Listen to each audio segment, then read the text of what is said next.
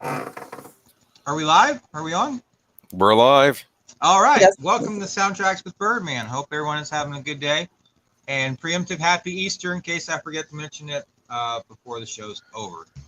Tonight we're doing Captain America the Winter Soldier with Age Boomer as always, LeiaPlusSize, and Jedi Masters Zootopia. We had such a great time last week. We're doing a repeat this week with a new film. How is everybody? I'm doing great. Thanks for inviting me back. I'm doing wonderful. Hello, everybody. I'm doing great. I am doing fine.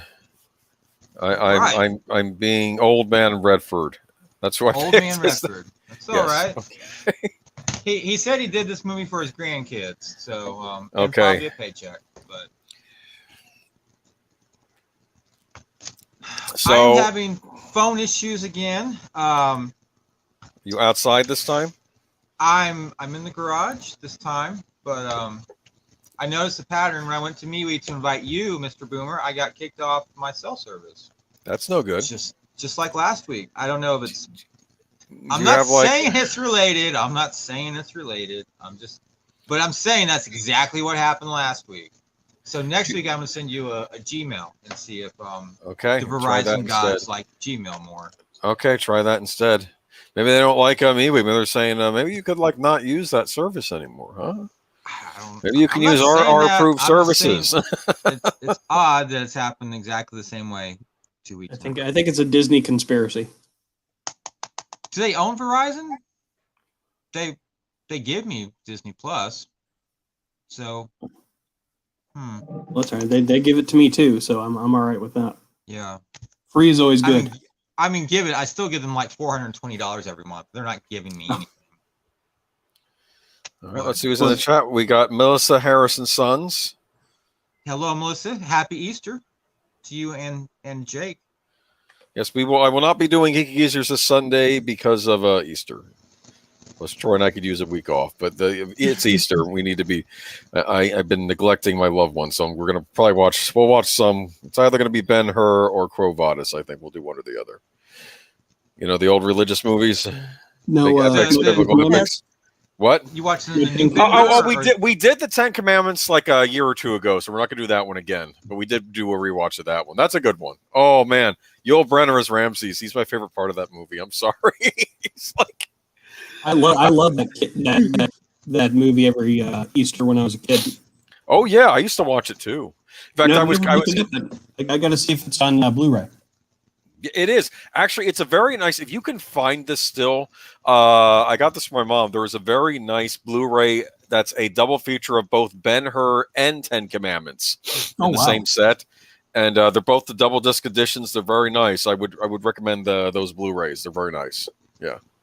Did you ever see the recent Ben-Hur movie? Was that any good? Anybody seen that? Haven't seen it. I don't know because I felt like it was like. It looked over the top from the trailer, but I should check it out. I was trying to explain that Troy Morgan Freeman was in that. He's like, who does he play? And I'm like, I think he plays the guy that trains him how to use a chariot or something. I don't know. It's like, I think he's from the Middle East or something. I don't know. They I didn't see the movie. I just saw him in the trailer. But yeah, I never saw. I barely knew when it was coming out. It was very weird. It was like a $200 million movie, and they didn't spend any money on advertising for it. It was very weird. No, it was. It bombed pretty good. Oh yeah, Well, it looked like it cost some money though, so I don't know why it. Ben-Hur's odd though because Ben-Hur originally was a stage play in the 1800s. Did you know that? I did not. And I'm very curious. They had live horses on the stage. Oh, and I'd be very curious how to watch it. That's an. I need to read the book. It's funny we got the audiobook in the library once, right? That thing is like 60 CDs worth or something. It's like some like really large number of CDs. So I got intimidated by it. But apparently it was like the one of the best selling novels of the 1800s. It was written by a general in the Union Army, which I thought was interesting. That is interesting. Yeah, I'm gonna have to read up on that and get the history. Yeah, he said he was inspired by The Man in the Iron Mask, Alexander Dumas, the revenge type story, and he wanted to do one set in biblical times, around the time of Jesus. So he made Ben-Hur a Jewish prince, and then he gets betrayed by his Roman friend, and it's this. But he was inspired by Alexander Dumas. So even back then, people were kind of getting inspired by other writers and stuff. It's interesting. Yeah, that was back when Hollywood wasn't afraid to do biblical epics and have a spirituality to it. Yeah, it was interesting. I think I learned about the movie Ben-Hur that they did the live-action Ben-Hur because they had all the Roman costumes left over from Quo Vadis, and they're like, "What are we going to do with these?" And they say, "Let's do Ben-Hur." Well, there you go. That's how you amortize your productions. Yeah, because I guess they spent a lot of money on those costumes. So they wanted to reuse them, so they did Ben-Hur. And I've never seen Cleopatra. I've never seen that one. That almost sunk 20th Century Fox. Yeah. That one, I'm trying to remember what movie saved them, but that one cost so much, I think it almost sunk the studio. I remember reading once it was the equivalent of like $250 million, and it only made like $15 million back or something. And a disaster, something ridiculous. And I think there was like another movie out that year that they put out that actually did very well, and it was much less money cost to make. I don't know if it was something like Breakfast at Tiffany's or something like that. I don't know. Something else they put out that year did very well. Otherwise, if they hadn't had another hit on their hand that year, they would have been done. That almost bankrupted the studio. And their other movie studios disappeared. Like I think The Fall of the Roman Empire. That's another epic that bombed. I forgot who put that out. I don't know if it was Republic Pictures or something else, but I don't know. That needs to be a category on Netflix. Is movies, big budget movies that bombed, something like that. They should do that. That would be an interesting, or even Turner Classics to do like a week of movies that almost broke studios. Yeah. That would be an interesting idea for like a theme week, but I like your tuxedo, Birdman. Thank you. Actually, it's a dressing gown, but I wear a dressing gown. Okay. Yeah. What do you got in your garage there? Behind me is my piano. Okay. Oh my goodness! You should play. You should play the Captain America song for us. Of course, that's not in this movie, is it? Okay. No. The Star Spangled Man with a Plan. If I play Jaws real fast, will I get hit with a copyright strike? Don't do it. Okay. I can play it from here. Troy got into trouble just for doing a karaoke version of Werewolves of London, so it's oh, they struck him for that? They did. I think he had to re-upload it without the beginning. I mean, he sounded so horrible doing it. I thought no one's going to care. That's why we don't do. That's why no one does karaoke on YouTube. I guess I don't know. Oh. Of course, you have people with their violins doing music from games and stuff. So I don't know. Of course, maybe that's because game companies don't care. But yeah, like Werewolves of London, that got knocked off. Yeah. Speaking about games, that samurai thing I asked you about. Samurai Showdown. Yes. What would you like to know? The soundtrack is like a 3 or 4 LP soundtrack set I saw online, and I thought that looks interesting, and I almost ordered it, but then I listened to it online, and I decided not to. Yeah, the interesting thing about Samurai Showdown is that there's the soundtrack from the arcade games, but when they brought them out for the Neo Geo CD, they actually did they redid it for the CD, so it's not like the arcade sound. It's more like a I don't want to say it was orchestrated, but like they were using like professional electronic music to make the music with. And I have a collection where you can switch between both of them. It's kind of neat, but I like parts of it, but I didn't like enough parts to justify it. Yeah, I don't know if that would be it's a good game soundtrack for the game. I don't know if I would call it like I mean, I do. In fact, I like Galford's theme a lot from that stage. The okay, well, I'm butchering it, but so we don't have to worry about getting struck. But it's I like that theme. But yeah, it's an odd theme. It was the first. I don't know if it was the first, but I think it's the first one I ever played of a weapons-based fighting game where you use like swords and and other weapons to fight your opponents with, as opposed to just being your hands. It was a fighting game, but it was popular back in the day. Actually, they did a new one recently. They did a brand new Samurai Showdown game. But yeah, it's a cool little series. If you ever want to get into fighting games, that'd be a good one to start with. But you can get the collection for the modern console, so they have the old games in a collection you can get. Okay. I watched recent video on the history of Mike Tyson's Punch-Out, which I think is just one of the most fun games to ever play. Oh, I love Mike Tyson's Punch-Out. It's weird. I've been telling Troy on the stream I've been collecting NES cartridges. I have both Mike Tyson's Punch-Out and regular Punch-Out without Mike Tyson in it, and I go back and forth as to which one I want to play because I of course you like the iconic with Mike Tyson, but later on I don't know if they don't want to pay the rights, so they just released a version with a different boss at the end instead of Mike Tyson, but. I remember that. I loved Mike Tyson's Punch-Out back in the day. It's funny when they redid Punch-Out on the Wii, they didn't have Mike Tyson as the final boss, but they had Donkey Kong as the final boss. That'd be fun too. Yeah, well, it was like because it plays like the old NES game, but with newer graphics and like, your trainer Doc Lewis, like he's like, hey. See if that monkey has any bananas, then I can make myself a banana split with chocolate syrup. It was like, and I'm like, I'm getting pummeled here, and you're talking about making a banana split. It's like, it's. Oh no, that was a fun game though. They didn't really add any new fighters to that game except for a disco dude. They added a disco dude, but that was it. Because like they play disco music when he comes out. Yeah. I think I need to get my most recent system I have is still the Xbox 360. I've been going back to school. I haven't had time, but now that I'm done, I may think about getting a new one. I don't know if there are any ones worth it anymore with games anymore. Or just go back and get an old NES or something like that. It's hard to say. What's really neat is they did like retro console re-releases. I know these are hard to find now, but they did an NES Classic that had the non-Mike Tyson Punch-Out was on it, plus 30 other games. You could also get the Nintendo Switch is neat. If they ever do another Punch-Out, it'll be on that because you can both play it on the go or also hook it up to your TV and play it there. If you have an Xbox 360, the Xbox Series X, there is some backwards compatibility there. Like it'll play some of the games on the 360, so they might be backwards compatible if you want to play them on a new thing. But of course, that's the other problem is you can't find them anywhere. Anyway, we're talking about games. We're here about Captain America, right? Yes, exactly. I'm going to cover some things real fast about Captain America because LeiaPlusSize and Jedi Master Zootopia had so much great insight last week on Captain America, and I don't want to interrupt either one of you to get started. But the budget for this was $170. The box office was $714, which is quite good.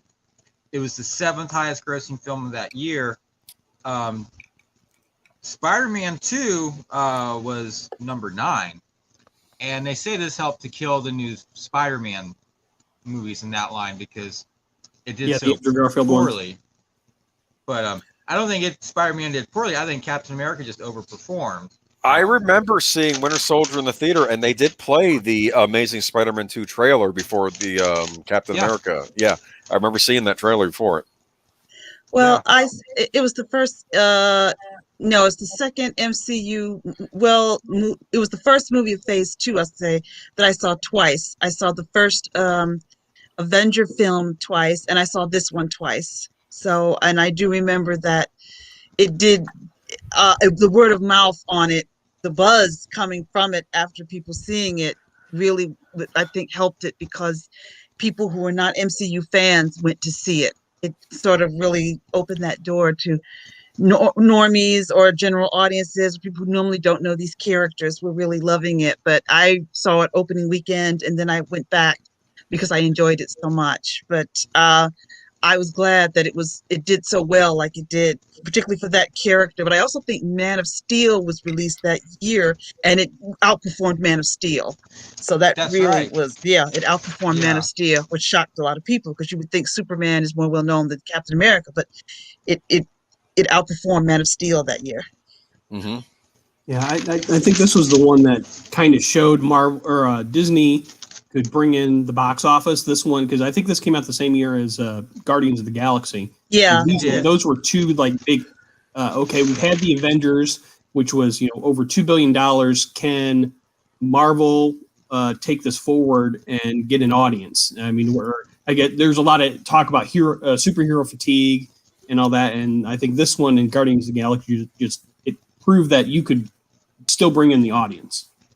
I think this one and Guardians of the Galaxy of that year 2014. I think that was the best year for I think it's one of the best years for superhero franchises, particularly the MCU, because they had this one and Guardians, which I enjoyed these two very much.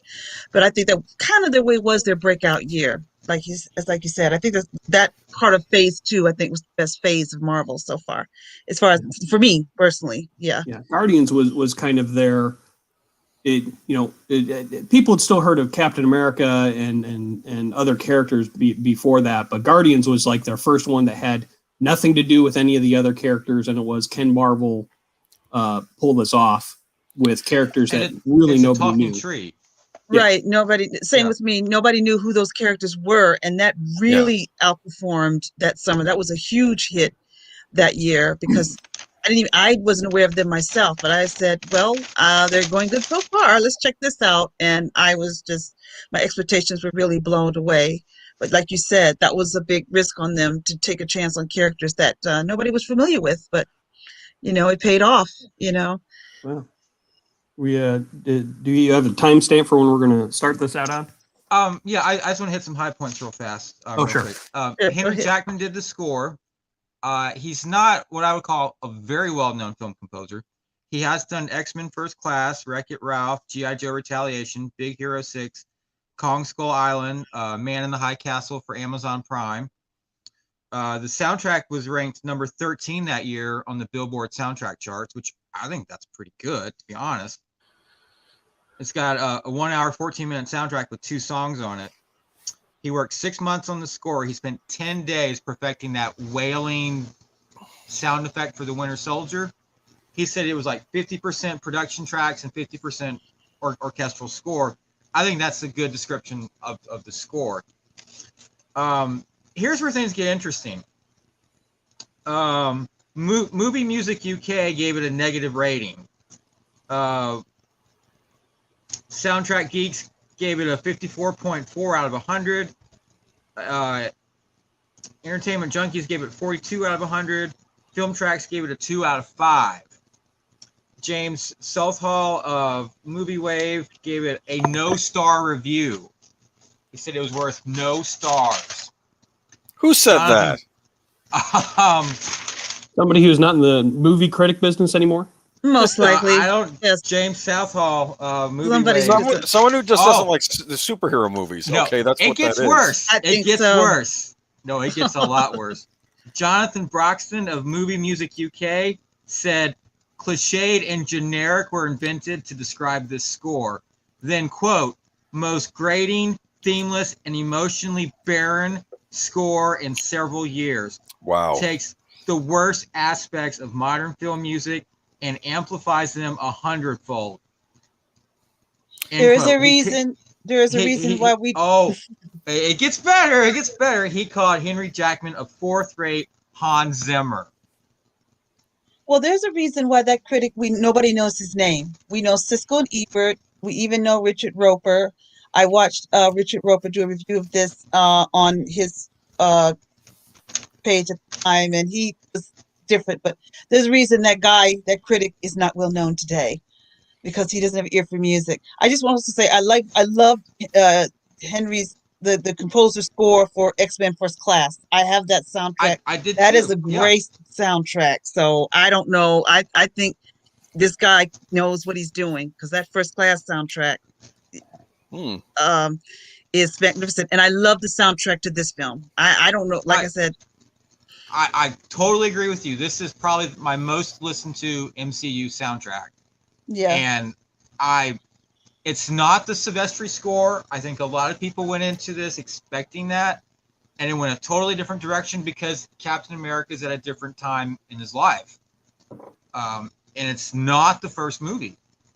I think what he did for the Winter Soldier with that wailing and the electronics and just the pulsating beat for the Winter Soldier is absolutely perfect. It's like Terminator, only it's better, I think.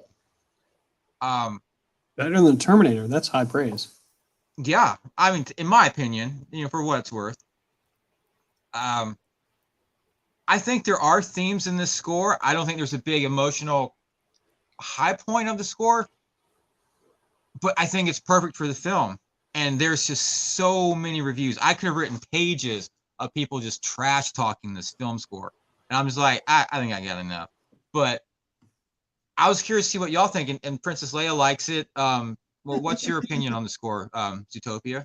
I love it. I think it's great. I mean, you're right. That wail that happens whenever Winter Soldier is on the screen. Boom, there he is. Yeah, I was totally drawn into that. I mean, I remember the first time I was watching that. I think the first time you hear it is when he's in the car chase with Samuel L. Jackson, and I was like, oh, it sent chills down me. I was like, yeah, they're setting that up to be a really bad guy. This is something. Someone that is formidable, and then you have to watch out for. I love the score. Do you know how that whale was invented? Where he got that sound from? I don't. I read that he worked 10 days on it. That's what I read. He took the scene in the first Avenger where Bucky falls off the train. He took that scream that Bucky gives when he falls off the train, and he just amplified it, and that gets that screeching whale sound that you hear whenever the Winter Soldier is on screen. That's Bucky's scream sped up and amplified to get that screeching sound. If you listen real closely, you can probably hear it, but it's his scream from falling off the train. Yeah. And that's what's used to make that wailing, screechy sound when the Winter Soldier is in the presence. So that's how he got that sound. I read. That's a great idea and a great execution. Yeah, that was a good job. I do. I absolutely agree with that. Like you said, it is haunting, and it fits the mood of the film, and it fits the mood of Cap where he's at. It's no longer the Star Spangled Man now. It's a totally different. He's in the modern age, and it fits the mood and the conflict that he's going through. So I felt the music fit it perfectly.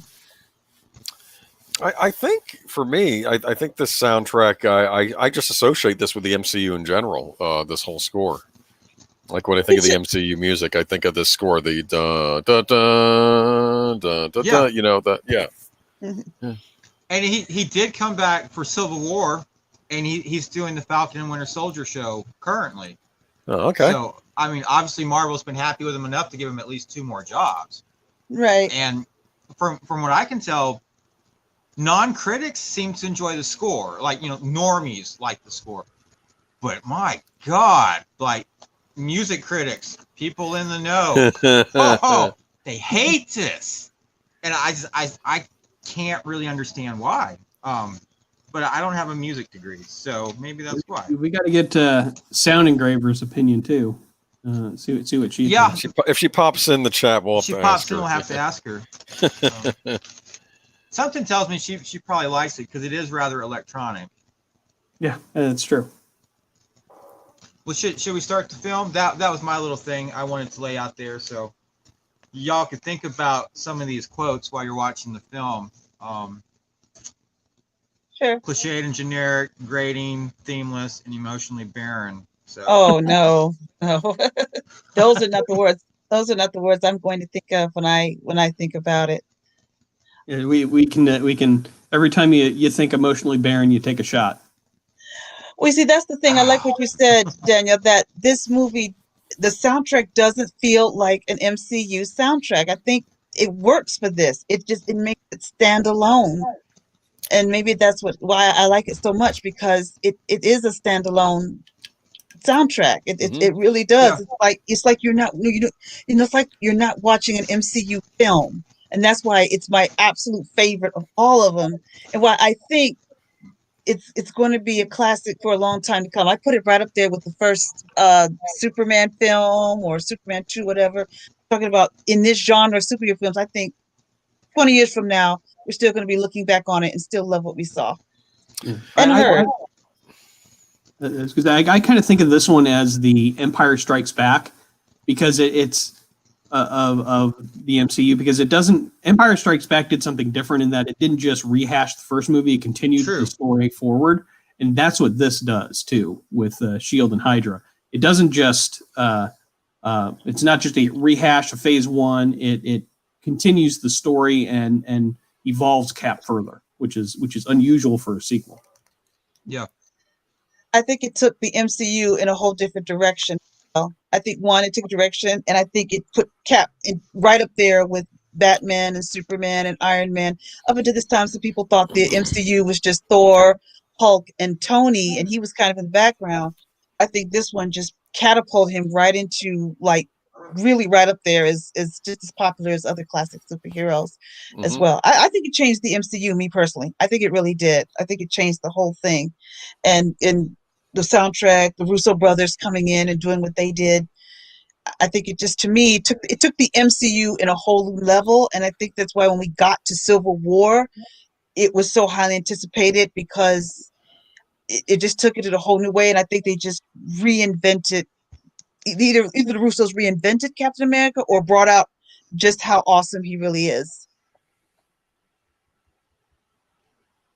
Yeah. I remember going in, I was thinking this movie wasn't going to do the business that it was going to do, because I'm like, how are you going to make Captain America relevant to so many people nowadays? And I was like, wow, I was wrong.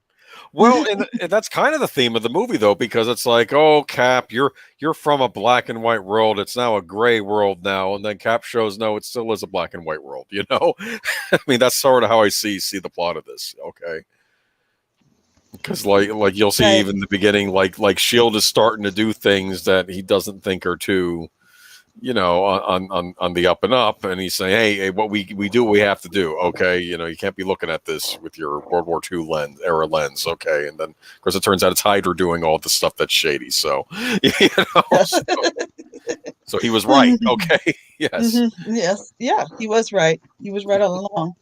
Yeah, that was the thing. Should we start the film? Uh huh. Yes. All right, we're gonna do a 3, 2, 1. Yeah, I'm just at like 0-0 mark. Hold on, I'm at the 3 seconds. Good. All right, now I'm at 0-0. Okay. Okay, 1. You ready, Zootopia? I sure am. Okay, 1, 2, 3, play.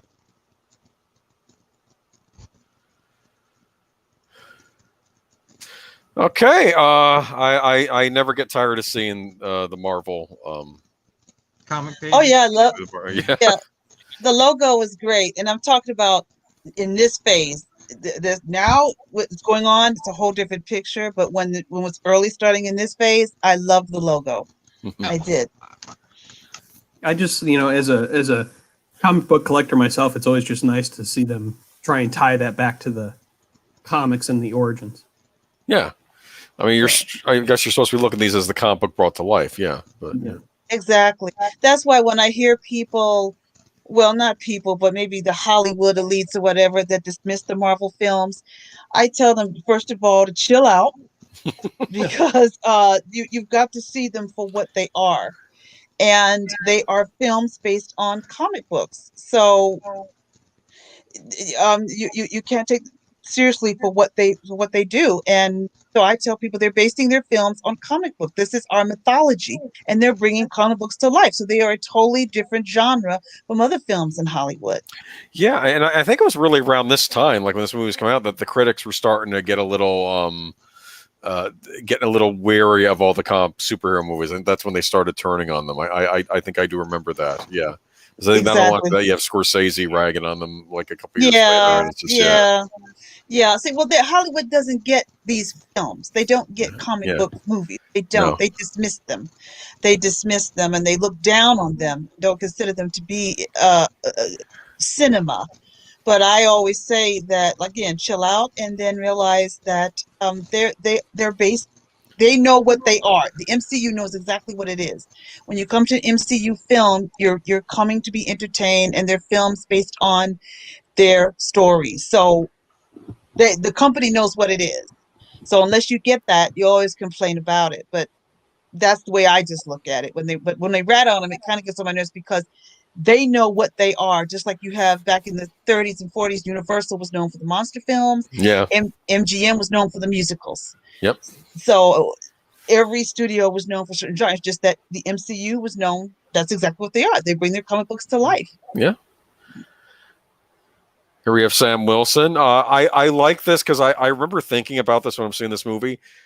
does Steve Rogers have any friends in the modern world? And I'm thinking, well, does he really? He gets brought back, and I'm sure people are all, oh, wow, it's Captain America, but does he have a friend? And I don't think so. And I think here we finally get introduced to a friend for Steve Rogers, Sam Wilson. Okay. Well, his barbershop quartet is all dead. Yeah, I know. That's what I was thinking. Yeah. Sam's still alive. They actually said, depending on what country you were living in, they changed what was we were writing in the book stuff. Yeah. Which I thought, that's the kind of touches I can understand why you want to attract a worldwide audience, and it's a good idea. Yeah. Well, in the comics, he has a few allies, but in the comics, when he's brought back, when he's brought back out of the ice by the Avengers in the comics, I don't think he has too many allies just yet because he's trying to get used to, and it was in the 1970s. He's trying to get used to the modern age. Right. Okay. Here we have our villain. We don't know he's a villain yet. We don't know it yet. No, not yet. And like a lot of villains, he actually has a respect for the hero that we've seen. But like he'd probably rather the captain was on his side. But yeah, I'd say you're talking about Rumlow. Yeah. I'd say in the comic books, Crossbones was probably a lot more like how Winter Soldier is in this movie. Gotcha. But it was neat seeing Black Widow because, like, we're finally seeing other Avengers characters kind of guest starring in movies about a singular hero. But yeah, go ahead. Does anyone feel like Black Widow is not the same Black Widow from the Avengers in this film? Her personality seems a little off to you. I don't know if I would say it was off. I like this better. I think you get a little bit more deeper understanding. Here's what I think. I think it's like when you get to know someone, you don't really know them that well when you first meet them, and now we're getting to know her better. That's how I see it. That's why she seems different because we didn't really get to see too much of her in Iron Man 2 and then Avengers and then now this. Yeah, but now we're finally getting to know her well, know her a bit. Well, luckily they the way she was in Iron Man 2, they kind of completely dropped that and made her a better character in Avengers. Right. And I think they made her an even better one in this one. And I would think of it sort of like, okay, you meet fun Natasha at the bar one night, and then that's the Avengers, and this is when you have lunch with her the next weekend, and you get to know her a little bit better. Yeah, I'm glad because this is one character that I have to be honest was not one of my top favorites in comics. I like characters. I'm of the Wonder Woman, Storm, Jean Grey, Rogue kind of character. So I like my female superheroes with powers. So outside of Wonder Woman, this one I didn't know her very well, so I was glad. I said I hope the film lets me get to know her a little better, and then this one does, and I give a lot of that to the Russos, sort of fishing her out of it, and getting us to get her know her because I really like her better in this one. I think, and then again, a lot of credits to the Russo brothers, really just breaking these characters down and really developing them. I think it's what surprised a lot of people. So I do like her better in this one than I did in the other films. Yeah, I think the original. Go ahead. No, to me in the other film, she was like, Natasha's here, kick butt, some more butt, kicking a lot of butt. That's it, stern face. That's it. I said, well, I like to get to know her the way I know Diana Prince. Yeah. And again, that's all I want to say. That this one, she's fleshed out more. Yeah. But I am with you, LeiaPlusSize. I like Storm in the comic books.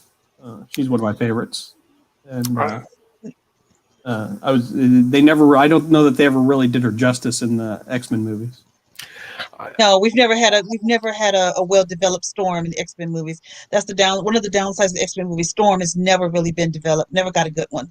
Not as good as in the. I still tell people not as developed as in the cartoon. That '90s cartoon. Oh yeah. God, wasn't it? Yeah, that cartoon, she wasn't just a side player. She was in the cartoon. She was a major part of the team. Yeah, and that's what we did not get in the X-Men movies. In the X-Men movies, she was just there to help the story along. But in the cartoon, she was a major player. Roger Ebert once said he wasn't sure why Storm wasn't the leader, considering the fact that she can control the weather. Okay, it's like in the comic books, yeah, she was the leader back in the yeah. 80s. I'm sure. I'm sure. And when Yeah, they she say beat that there's no Cyclops, didn't she? representation or something in the comic books, I mean, Storm was leading the X-Men back in the 80s. Yeah, She was, and in the cartoon, she was a co-leader or a leader when Cyclops was out. She was the main leader of the team. So, like you said, yeah, at one time she was the leader. Never got that in the movies, though. Yeah.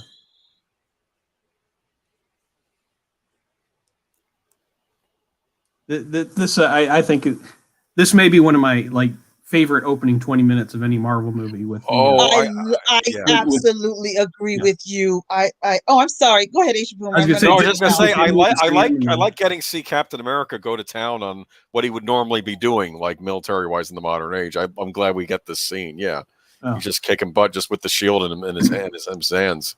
And who else thinks you could take? You could have taken $100 million at this point, thrown it at a Black Widow movie, without a whole lot of special effects and no sky beams and no space aliens, just like an espionage Black Widow film, and have it do well. Oh yeah, that would have been great. This would have been a perfect time to do this. Either before or after this movie would have been a great time to have Black Widow. Yeah, I agree. Her solo film should have come out between this movie and before Age of Ultron or after Age of Ultron. Somewhere in that gap, we should have got a Black Widow film. So I think the MCU missed the mark on that one. I think this coming out now is too little, too late. But that's when her movie should have came out there, because then that way, really, really, we should have got to know. And they could have beat DC to the punch before they got to Wonder Woman. But they missed the boat on that one. That's what we should have did. Like I was talking about at the Captain America movie review, Ike Perlman, he was the one who stood between female leads in movies, and that's why it wasn't until they messed it up with Captain Marvel. Oh yeah, they should not have had put all of their. They should have. Black Widow should have been before Captain Marvel. Should have put all that into Captain Marvel. Shouldn't put all that property or propaganda after Marvel. But this is when Marvel started to drink the woke Kool-Aid. We're starting to deliver a little bit, and they should have started. And Natasha did not fit their woke agenda, but Black Widow should have been. As soon as they got Promoter out of there, that is where Natasha should have been. In fact, maybe they should have had Black Widow before Infinity War. Or before Endgame is when somewhere in that gap she should have been in there. So I think they kind of went down the Black Panther route first before that, because I think he was responsible for not them having any African American leads too. So he didn't think that they would sell. So that was kind of the road that Marvel had to go through in order to be able to get. But again, Marvel, what Kevin Feige does is he concentrates on the story first, usually. We didn't have the shift in Hollywood. This was before the whole Weinstein Me Too thing happened too. So I know that there were always people that were skittish about doing a female superhero-led movie. I mean, they tried before. They did Elektra, which I think bombed. They did the Catwoman with Halle Berry movie that didn't do so hot either. And I don't know. I think they were very skittish about doing a female-led superhero movie. Now, of course, there's no reason why anything in the MCU, but especially a female-led who couldn't do just as well or not better than any of the men's movies. But it was just like anything else. It's if you put the care and the time and the money into it, you can make a good female-centric movie or any other centric movie, and that's. There are plenty of bad male-centric superhero movies out there. That didn't mean male-centric movies, superhero movies can't be good.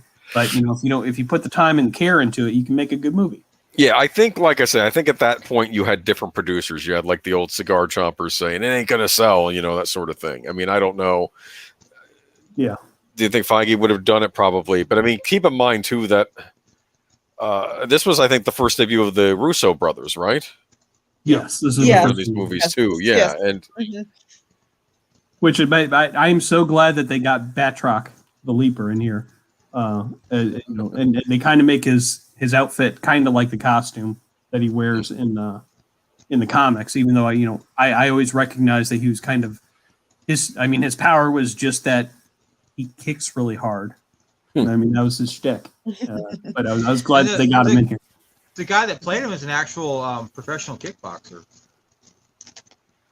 Yeah, he is. He is. What was I going to say? I wanted to go back to the opening where they're on the ship here.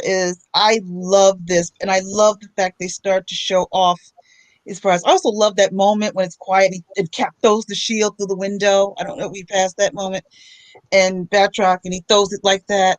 I just love the fact they finally let him show off what he can do with that super soldier serum. We got a taste of it in the first one. This one really see just what he can do. So that's why I love that opening scene on the ship when he has to face them like that, and we can see all of his ability. Show him off. I was happy about that. Yep. That we really can see how powerful he is. Oh yeah. This Cap can take you out if he wanted to. Yeah. Yeah, I mean, I like seeing the superheroes in action doing their superhero thing. Sometimes I don't like to say they don't do it in other movies, but sometimes we don't. I like having those scenes where you just get to see it. Like in the original Superman movie, one of my favorite scenes. It's not in the original theatrical version. It's the scene where Lex Luthor is basically testing everything out on Superman, like the freezing and the machine guns and everything. And I like seeing scenes like that where you get to see what the superhero can actually do. Yeah. Yeah, I remember that. That scene where he had him do that, and I think that's what you come to see. Also, you want to see the hero show off his powers. Mm-hmm. Yes, what you've come to see. You want to see them do what they can do. And Cap, as we well know, does not have powers like Tony. He doesn't have powers like Thor. He doesn't have like Thor or Tony's powers with technology and the rockets. He has what he's trained as a normal soldier, but that serum is in his body. It enhances him triple time. So we get to see what that serum can do when it's in you. And that's what I love about this film, to really get to see his abilities. It's like the serum plus the training he had as a combat soldier. Cool. And that line, the last time I trust someone, I lost an eye. God, they so paid that off in Captain Marvel. Oh man. No, they did not. Now that means that Nick Fury's just showing off and like pretending like some big badass thing happened. That's how he lost the eye, and that's basically what now we're supposed to insinuate with, because of the retcon they didn't Captain. Stupid. I'm sorry. Don't get me started. This whole scene with him in the elevator, he's explaining his world point of view, and it's interesting. Okay. It is. It's an interesting conversation. But I also agree with you about the eye thing. Yeah, what's neat is that the Russos, while talking to Samuel L. Jackson, found out that his grandfather was a doorman, and so that's how they kind of incorporated the story that they wanted to tell in with Samuel Jackson's actual grandfather. But they didn't tell him until after they gave him the script. Now, what are these things called? Helicarriers, or am I thinking of something else? What? Okay, yeah. The helicarrier. And they, the one they had in the last one got destroyed, right? So pretty much. So now they're building new ones, so that makes sense, and they're supposed to be new and improved models, right? So I also want to say real quickly. Oh, go ahead, Adrian. I think Nick Fury makes a point that these are the new ones that we can track a terrorist before he even jumps out of his hole in the ground or something. He's saying all these things that sound kind of like almost Big Brotherish. It's like, I know you want to stop the bad guys, but I think you're going too far. Yeah, but go ahead. You're saying. Well, that's why Roger says this is not. I think this is not protection. This is fear. Yeah, so not freedom. It's fear. Yeah. It's fear. Steve is not on board with this. I just want to bring out that I absolutely love his Cap's costume. This is my favorite Captain America costume in all the movies. I like the one in Age of Ultron, but this one is my absolute favorite. I like how it's been modernized. I just want to get that out. Female here, but I like this costume. And I like Chris in it. I think he fits it really well. I think Chris was well cast for Steve Rogers. He's got these all-American looks. physique is just is like that of a god. Like I said, but No, he it's fits this fine. as well. A lot of women I like the think physique. So I am one of them, particularly well cast. He was well cast in this role as Steve Rogers. here's an interesting thought. It's costing $12.8 billion to build a new aircraft carrier for the United States. What's the price tag on a helicarrier? Hella large. I can't count that many zeros, I'm sure. Because they just built 3 of them. It's got to be hella big. Yeah. This part with the museum is very important, I think, because when I saw this in the theater, we were going with someone from my writing program, and she had never seen any of the Marvel movies before. So I think that it's important, if you hadn't seen the first Captain America, you get a little bit of a recap here by looking at the exhibit. And it doesn't feel, it's not like exposition, bad exposition. You're actually going on a tour and you're hearing about, and it's funny because he's going to an exhibit about himself, which I think is also kind of funny because he was a dead he was a dead person up until a couple of years before this happened. Yeah, everyone thought he was dead. I gotta say this was one of my most fun experiences in the theater seeing this, because they did our IMAX theater did a special where they showed the first Captain America and then they showed this one right after. Oh, and neat. So we got a double That's feature great. For that. So me and a bunch of friends went and saw it, and I had loved the first one. If you said the first one was the best superhero movie of all time, it'd be hard for me to disagree with you. And then to follow it up right away with the premiere of this one, which I don't know that I've ever felt that much energy and excitement in the theater after watching this one. Just everybody was just so pumped. They just liked it and loved it so much. Yeah. The audience I was with. Go ahead, Boomer. No, I was just gonna say, you find everything you need to know. They're even telling you about Bucky. Okay, and it's Go ahead though. Well, I was going to say I took this as him learning about his past, or maybe looking back at those that he lost, because a lot of stuff he doesn't know. He was in the ice, so he's like, again, there's my past. Who am I? But I'm in this modern age as well. And I think one of the themes, and this is from Richard Donner, who did Superman, when you take characters like Steve Rogers, Superman, the world around them change, but you don't change the character. And that's what makes them stand out. I think that's what we get. The Russo brothers understood that in this one. And also, I was just going to say, in the theater I was in the first showing I went to see, when the movie ended and the credits came up, it got a thunderous applause. Yep. Everyone it's probably the first one where an audience applaud of the solo MCU films. This was the first one, as far as I remember, that got applause at the end. So I knew it was something special, but they did. Chris P needs a timestamp. I'm at 2045.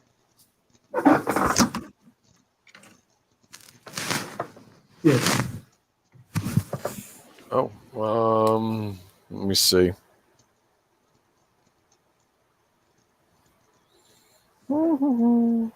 Yeah, he's talking to Peggy right now. So, he's married to Peggy, right? In the alternate reality? Well, technically, in the alternate timeline, his older self could be in the next room. Yeah. Which I hate.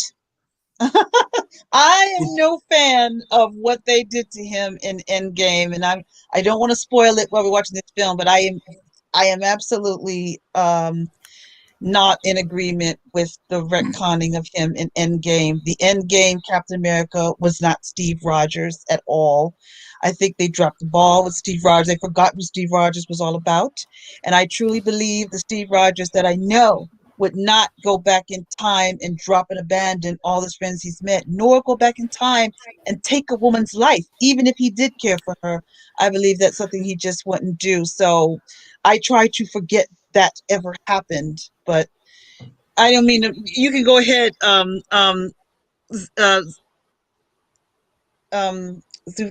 forget your Zootopia. I forgot you didn't say that, but I'm not a fan of that. But technically, you are right. But I think that just raises more questions than answers. Oh, absolutely. But technically, that's what they did, and I think that retcon is terrible stupid. They wrote themselves into a big, big hole when they decided to do that. So I I am think no fan of that. they had well, to use right, they had an end game for Tony Stark, and they knew what his arc was going to be, and I think they kind of struggled as to what they were going to do to Steve Rogers, and at some point around Civil War, I think actually it'd have to be post Civil War, is when they decided, okay, this is how Steve Rogers is going to end his story, and it was. I understand the attempt to try to give Steve a happy ending. The execution was not good. They might have done, if they had been thinking it through, they might have done something a little bit more where like they bring Peggy forward in time rather than if they had at least done setup of it in prior movies, like there were little hints that you didn't figure out. Oh, now it all makes sense. And maybe he got stuck there because of the whole time thing. He couldn't come back. Yeah. But I think it in some ways conflicts. Like they were even setting up our romance with him and Peggy's Sharon. niece, right? And it was Yeah, it's just Sharon. weird. Sharon Carter, it's so what was the point of that if they weren't going to go there? Okay, they didn't plan that out. It's just yeah. Well, in the comics, it was Sharon Carter that he had the relationship with. Yeah, and Right. It wasn't until he was came forward in time. There wasn't a Peggy Carter back in World War II. Oh, okay. Right, exactly. They wrote themselves into a corner. Anytime, even if you're writing fantasy or science fiction, you have to make your story make sense no matter what you're doing. I think about, for instance, I always felt X-Men Days of Future Past wrote their time travel story better than Endgame. X-Men Days of Future Past made much more sense than they did with Endgame, and I think you have to make sense. And what they wrote, they just didn't. I think they just didn't think, or they felt we as an audience wouldn't think. They underestimated us. They just put it down there. They're going to forget about it. He's going to have a happy ending. No one's going to think about all the holes that we left in the plot line of having him go back in time and this and that and all that kind of stuff. I don't think they thought that through. I do think they were struggling with, we know eventually in the comics, Marvel, the comics, he's killed off, which was very stupid of Marvel to do. And I think they didn't want that. But as sad as that would have been, it would have made more sense than the ending that they gave him in Endgame. It kind of reminds me of that episode of Star Trek: The Next Generation, an episode called Tapestry, where if you watch Star Trek, if you're familiar with that episode, Captain Picard is dying, and Q gives him a chance to go back and fix all his regrets. When he goes back to regrets, he I hates remember it. that one. Yeah, he hates the life that he saw. And he said, and then Q tells him, well, if you go back to your old life, it's a possibility you could die with that. And he says, I'd rather die the man I was than to live the life I saw back there. So at least that's that's what maybe they should have looked at and maybe solved. So even though, let's say Cap does die in Endgame, it would have broke our hearts, but it would have made more sense because he would have got the hero's ending he deserved. It would have hurt. I would have cried too, but it would have made more sense than the ending he got in Endgame, which I felt was sort of an audience to make that audience happy. But I think it would have been a more fitting ending for a hero. I have a question too, though. But why do we always have to like have the hero like get killed or disappear or write him off? Like, couldn't they just be there in the background, maybe make a cameo in a future movie or something? I mean, I get Robert Downey Jr. was probably expensive as all get out, so they probably wanted to eventually write him out. But of course, I even hear they're going to try and figure out a way to bring him back now. So it doesn't. Maybe we just didn't have to maybe focus on the newer heroes, but still you could still have the other heroes existing in that universe. Maybe do a cameo once in a while. I don't know. I would agree with you. I felt, why did you have to kill him or send him back in the first place? Yeah. You could have just ended it. You could have just ended it with him. Just he's solved the crime and move on, like in X-Men Days of Future Past. Like I always tell people, even though Evans did not renew his contract, he wasn't coming back. You can always leave that door open for a new actor to come in and take the role if you decide to leave Steve Rogers back. I always say, I don't know why. I'm like you, Age. Why do we have to end the character's run with a death? Why is that always necessary? It's not always necessary to do. It could have been like you explained that he could have just been somewhere in the background, or maybe him and Sharon went off around the world together somewhere, and they're just hanging out. And then when they are ready for Steve to come back, you found that new actor, you bring the new actor in and say, this is your new Steve Rogers. But now I read they want him to come back. So maybe they just realized, uh-oh, we really did mess up. Well, hey, let's see if we can try to bring him back and fix all this back. All right. Yes. Oh, and here we have the part with the police, and you're thinking, oh, what's going on here? And then, oh, but they're not really police; they're Hydra. Is this not one of the best shootout car chases ever filmed? Oh yeah. Oh, absolutely. Agreed. And he knows something. So great. he gets suspicious because he couldn't log in, and then like he had to wait a minute, and then he could log in again. He says something's weird. Remember? And so I guess someone else was using his login or something. I don't know. It was a. Yeah, that was the scene before when he was trying. Yeah, files, and he was caught out. I like Chris P's comment right quick. He says, going back and listening to Pierce's dialogue in the movie, it kind of gives away his allegiance before it was revealed. Good call, Chris P. That is, you kind of do hear how Pierce. What we have to realize about Pierce is that at one time he was a good man, but he's been corrupted by Hydra. He's the Saruman of this film. You could say. Yeah, pretty much. Yeah, that makes sense. Yeah. But I agree that this is what makes this movie so great. There's so many great action moments in this film. You could pick it apart and find some really good ones. I agree. I do. It's a great car chase scene. Yeah, well, I think that this car chase could be in any other regular non-superhero movie and still be great. Yeah. And, I think that was part of what they were going for with this is to make it a little bit more. I don't want to say grounded, but the stakes don't involve an Infinity Stone or something galactic. It's more closer to home, and being able to just show how these characters interact in that way, rather than having them have to blast off into space every time. Oh yeah. Yeah, I agree with you, and I think that's what makes this film work.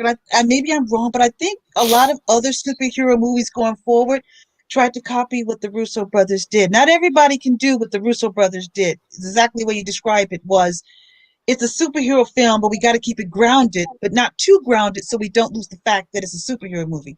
That's difficult to do, but they were able to do that.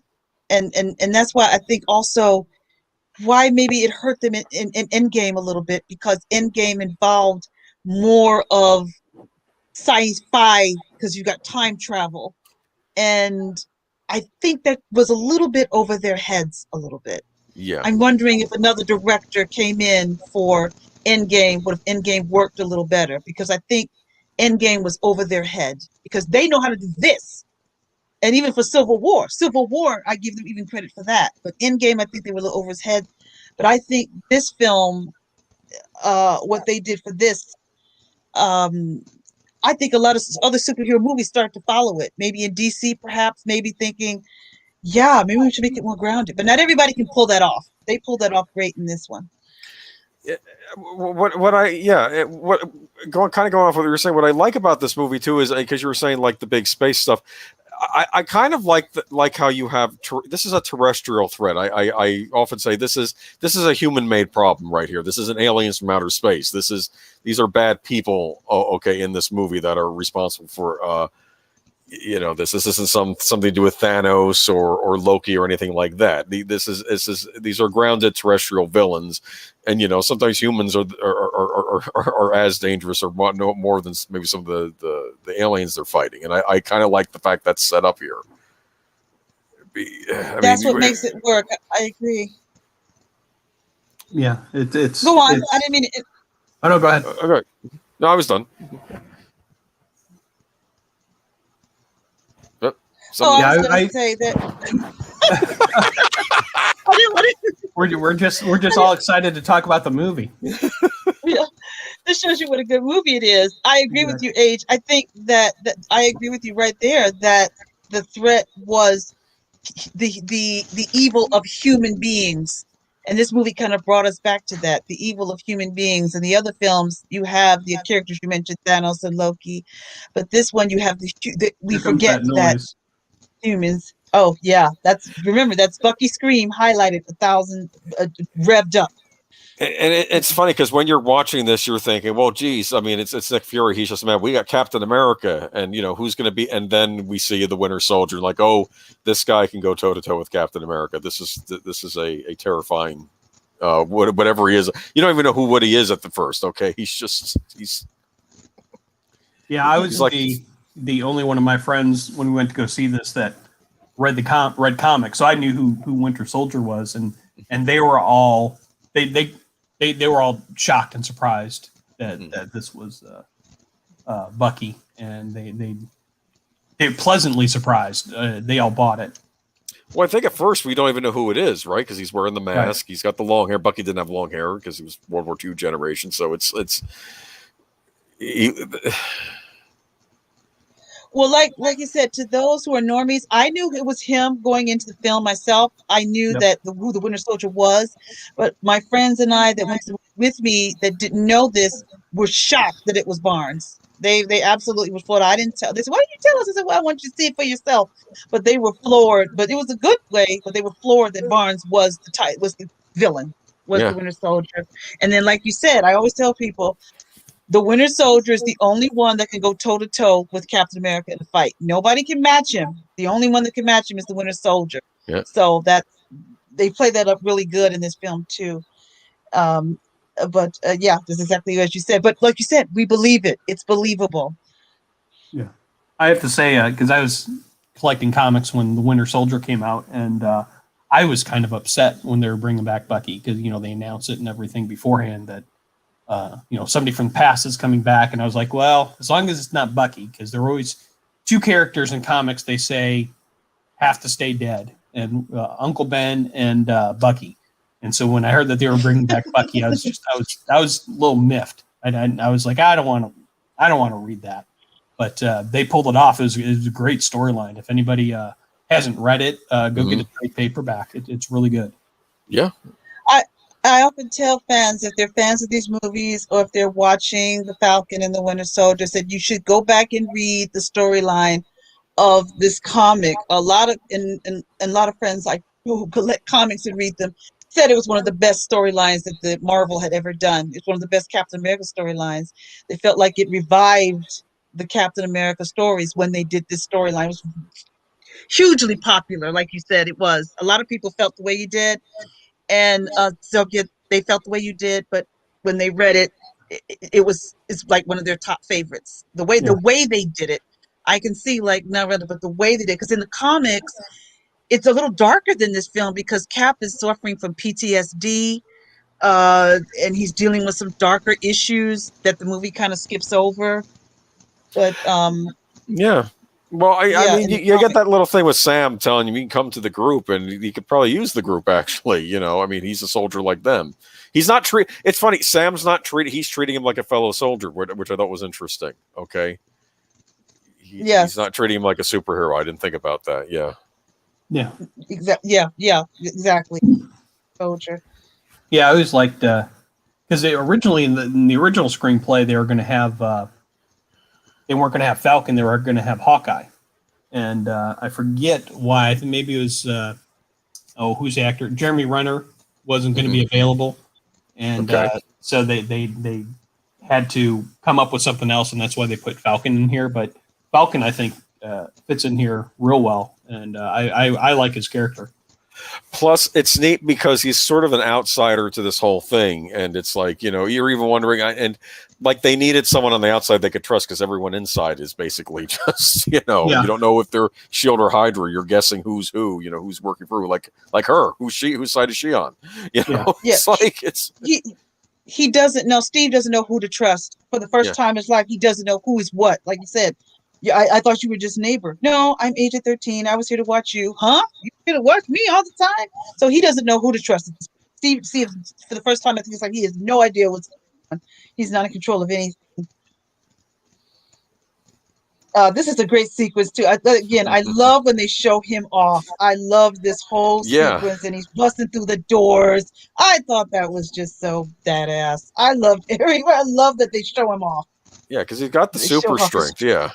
Yeah, he's got the strength. I love that they show the speed. Yeah, him busting in. I love all of that. I think that's really important.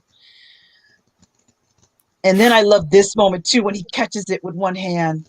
I absolutely love that Was that ever in a comic because book, he's like, no, Zootopia? That panel, or something like that. Yeah. Yeah. I'm trying to think. I don't remember specifically in the Winter Soldier that panel was something that was featured. I mean, there are a lot of panels that they recreate in the movies. I don't remember that one specifically. Do you, LeiaPlusSize? I don't remember the panel for him catching it with one hand. No, there was another. I can't think off the top of my head, but there was another panel showing Steve seeing him for the first time as Winter Soldier. He doesn't know it's Bucky yet, but it was a totally different scene. I think they were on a rooftop or something, but not him catching the shield with his catching the shield or anything. It's just him getting a glimpse of him. I remember that being in the trailer, which I thought was a cool moment of him doing that. But I don't remember that scene being in the trailer, or I'm sorry, in the comic book. It looks like a comic panel though. That's Colby Smulders. That's the actress's name, I think. She's on How I Met Your Mother, I believe, right? Yeah. Yeah, she got the job because Josh Whedon directed Avengers, and Allison Hannigan was on Buffy. And when he was casting, he was trying to find a tough woman who could play Maria Hill, and she suggested Colby Smulders since they were on there. How I Met Your Mother. Gotcha. Because then we also see, because the Russo brothers started out directing episodes of Community, and so that's why you see actors from Community show up. Oh, that's why the one guy who was on Community, I forgot his name, but he's in this. Abed. Abed. Yeah, he's in a scene later. And, Dean Pelton shows up in Civil War, and Shirley shows up in Endgame. Mm-hmm. Yeah, we get other cameos here. We get Gary Shandling in a later scene. He was in the Iron Man 2. He's the one demanding that Tony Stark hand over the Iron Man suit, remember? Yeah, and, I don't know if that was on purpose or accident, but it just fits so well in with the revelation about Hydra. Yeah. It explains why he wanted the Iron Man suit, okay? Because Hydra wants the Iron Man suit. Yeah, just like it parallels in Ant-Man when they're trying to get the Ant-Man formula. Yeah. Did any of y'all watch Avengers or Mightiest Heroes on Disney XD back in the day? Oh, yeah. Yes, I did. I did not. I've heard good things about it, though. It but was I very never good. saw it. Yeah. But it was. Maria Hill's character in that cartoon, she was like a bitch. Yeah, she is in the comics. Yes. I heard Ms. She's Marvel actually a lot more likable here. I heard Ms. Marvel was more likable on that cartoon, though, wasn't she? Well, the original Miss Marvel, Captain Marvel, was pretty cool. Yeah. Yeah. I liked her. And honestly, I was excited for the Captain Marvel movie going into it, but then Brie Larson kept shooting her mouth off. Oh, and and then I agreed. I heard enough people tell me about it. I'm like, yeah, I don't need to see this. So I liked her. I liked Miss Marvel, like you said, in the cartoon, in her original costume with the black bodysuit and the red sash. I thought she was so cool. Oh, yeah. That one.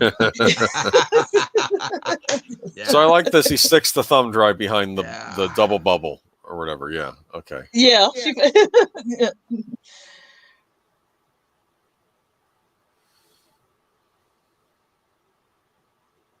I like that neighbor. Yeah, neighbor. Yeah. Everybody in theater laughed when he said that. Yeah. He wasn't happy with her.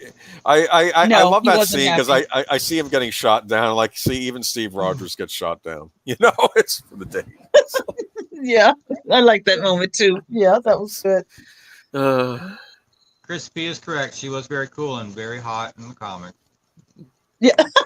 Yes, she was. And then Brie Larson came in and just ruined the whole thing. Like you said, Zootopia. I agree with you. She starts flapping off at the mouth and getting an ego, and she drunk the woke juice, and then that's when I it do became like her like costume though. I thought they did a good job on the blue and red costume.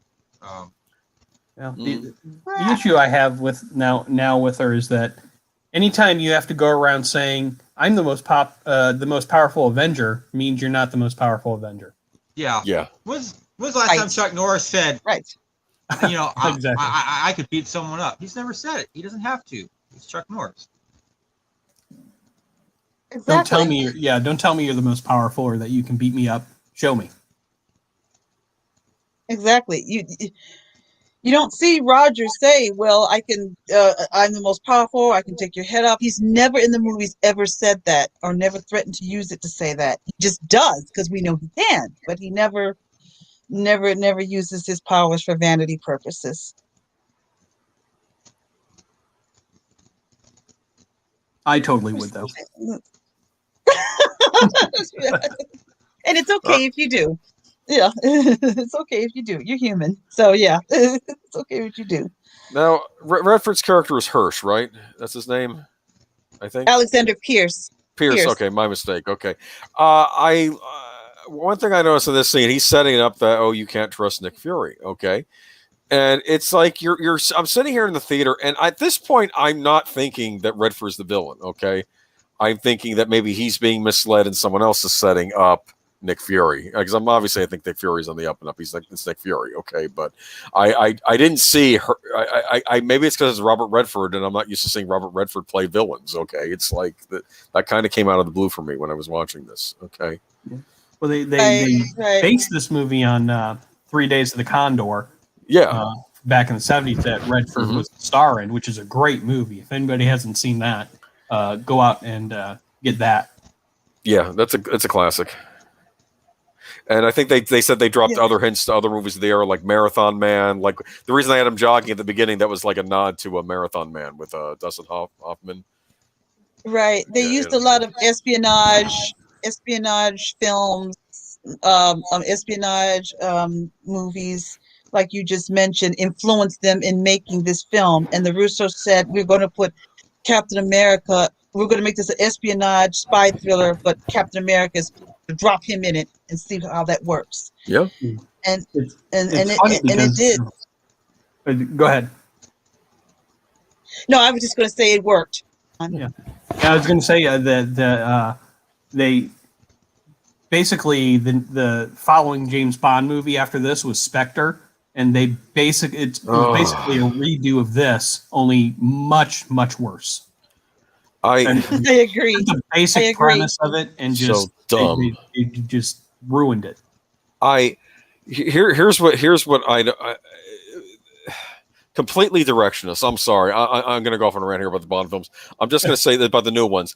I understand that Bond tends to, especially starting in the 70s, they started looking at what's popular now. Let's copy it and stick it in a Bond movie. Like they did that with Live and Let Die. It was the black exploitation movies. Man with the Golden Gun, Kung Fu movies. Spy Who Loved Me. Yeah. They Moonraker. Yeah, they do Moonraker right after Star Wars, where James Bond is shooting lasers in space. But my point is that they do Casino Royale, and I'm like, okay, they're going back to the novels. Let's do the novels. Okay, probably do them closer to the novels than they originally did, and that's not what they did. And then they started copying again. And Skyfall, I liked it, but the villain in there reminded me of the Heath Ledger Joker from Dark Knight. And so, what do they do for Spectre? Let's copy Captain America: Winter Soldier, because that was the big movie before that, and it's like it just didn't work. Sorry, rant over. Okay. Oh no, that's okay. Okay, here comes another. I love this fight on this elevator. Good grief, God! This is great. This is awesome. From the beginning to the end, I love how he's on it, and everybody's coming on, and he notices something is not right here. He just by the look on his face. As they keep coming in, he gives us a look like, okay. And then I'm not going to say, but I love the line he says before they start going at it. This is just beautiful. The whole way this was set up. And again, showing what a badass Steve Rogers is. I came out this movie saying Rogers is a badass. You cannot mess with this guy. And the Russos did that so beautifully. He was no joke after this film. I told people I don't think anybody's going to rat on Rogers now. Because I love that. I love how he's just looking around, like, and then you can see the sweat from the guy's head. Yeah. That he knows I'm being set up here. I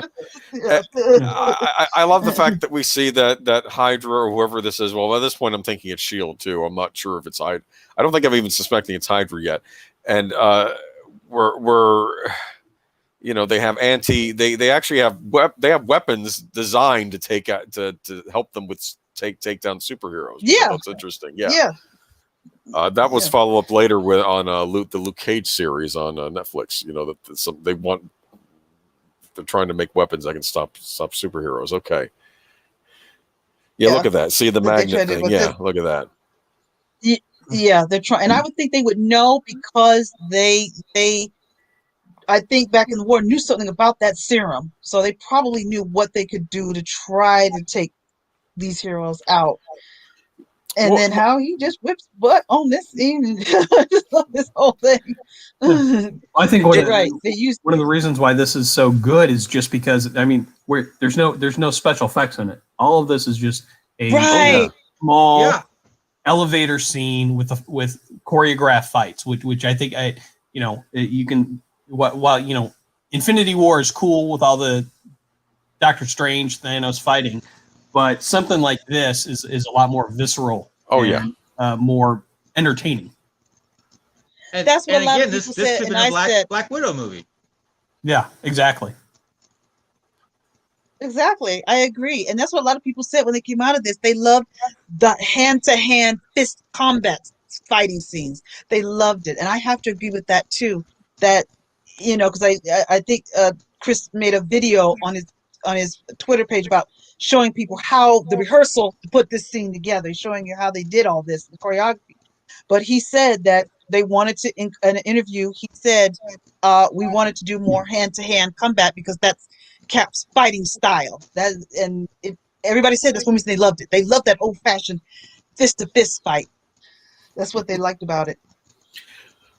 I know what he's thinking here. I've never tried surviving a fall from this height. That's probably what he's thinking.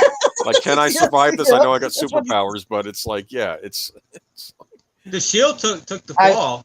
Yeah, it stopped them. Yeah, from breaking his bones. I like that too. They show him off, and they show just how powerful that Shield is. That's another thing because Shield stopped him from breaking his bones. And this is cool too. Two quick points. The music here is Taking a Stand. That's the track on the soundtrack. It's like the 2-minute track, absolutely awesome. How can you not be like, yeah, Captain America after listening to that? And last week when I mentioned how I wanted to see him not use a firearm so much, this is what I'm talking about. He downs that Quinjet with his shield, and that's it. That's all he needs. He's Captain America. He don't need nothing else. And he lands with the superhero pose. Yeah. Yes, I love that. I love the pose. Yes, and then and then you see he lands it, and then you see the shield right there. Oh, in the theater, everybody just loved it. There was a little bit of applause after this with the theme. And you're right. Under the theme and the choreography of him taking down that jet worked beautifully. It was a perfect marriage. It was synced really good. And also, and this is my problem, and I don't want to get into this, but it comes off. Only a super soldier can do what he just did. An ordinary person, I know Sam has the shield now. You can't move like he does. That super serum is in his body. Could bring that down like he can. And that's what I love about it. Like you just said.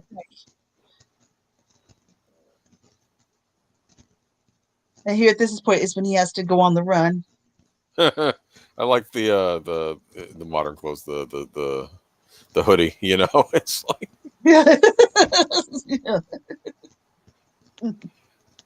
And this is like, at this point, you're wondering who can I trust, and here's Natasha. So, well, you don't have a choice but to trust her because she already knows what's going on, right? Or she has the thumb drive, Well, he has no choice but to trust her, but he's not too happy about it at first because it's like, Who Well, are she's already you? betrayed him once.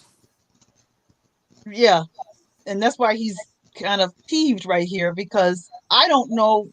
I don't know. Are you on my side, or how does he know she's not going to turn him in? At this point, he doesn't know who to trust.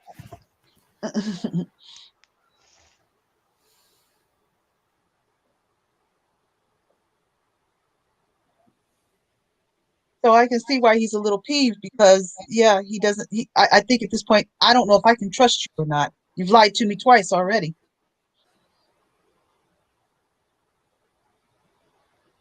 You know, the exposition dumps in this film, they're all done very well. Here That you is get true. the backstory for the Winter Soldier. Yeah. And then Yeah, I agree. when what's his name? Zoloff or not Zoloff, that's Zola. Zola. Zola. Thank you. When he's telling everything that Hydra's done since World War II, that's a big exposition dump, but it's done so beautifully. I agree. It is. It is a big, and it's a shocking moment for Steve as well. All I did was for nothing. Yeah. You know, it's a really game-changing moment for him at this point.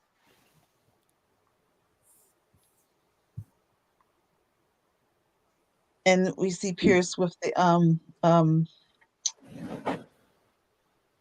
McFur used your friendship. she is, yeah. I kind of like. What do we think of the hologram console? I kind of like it.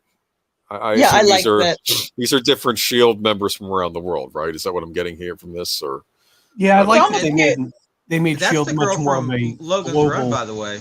organization. yeah, You're right, Daniel. She is. That's Jenny from American Wolf in London and Logan's Run. That's her in there. And some of these people were in the first Avengers movies. They were just darkened. And Powers Booth, I think, was at the head of it, but he didn't appear in this one. And I kind of was sad to see that. Yeah, he was at the end of Avengers. No, I Right. want to tell you about Powers Booth. He shows up on Agents of Shield. Yes, He is Yeah. a Hydra. Oh. He is a Hydra leader.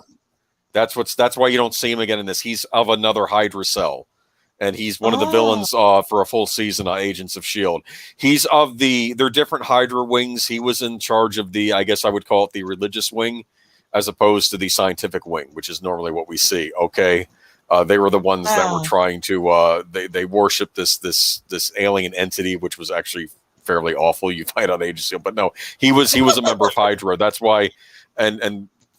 Yeah, because I know maybe they wasn't the same character. It was the same character because he was on that thing, and then all of a sudden he's a member of he's a respected member of society, and then you find out he's like a major leader of Hydra. So it's creepy. Oh, I love this. What is it? Is this supposed to be like the Mac store, or is it a Mac store? I don't know. It's like yeah. I love this guy, Specimen. Yeah, it's like I'm sorry.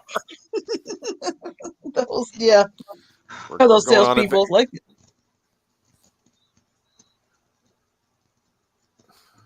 Oh, you two are practically twins. Yeah, I wish. Specimen. Yeah. No, have you? I mean, that happens to me all the time too. You know, I'm just saying. Have you read that the Russo brothers say that guy, the Apple genius, is a new Master 69 in Endgame?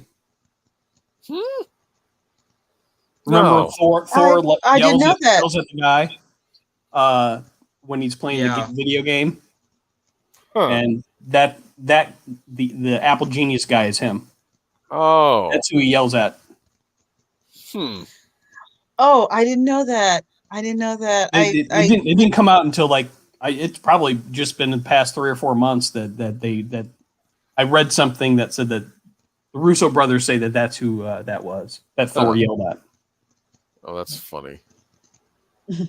I was just going to say that Powers Booth has always been a good actor to me, kind of underrated actor, American actor is Powers Booth. I've always liked him as an actor.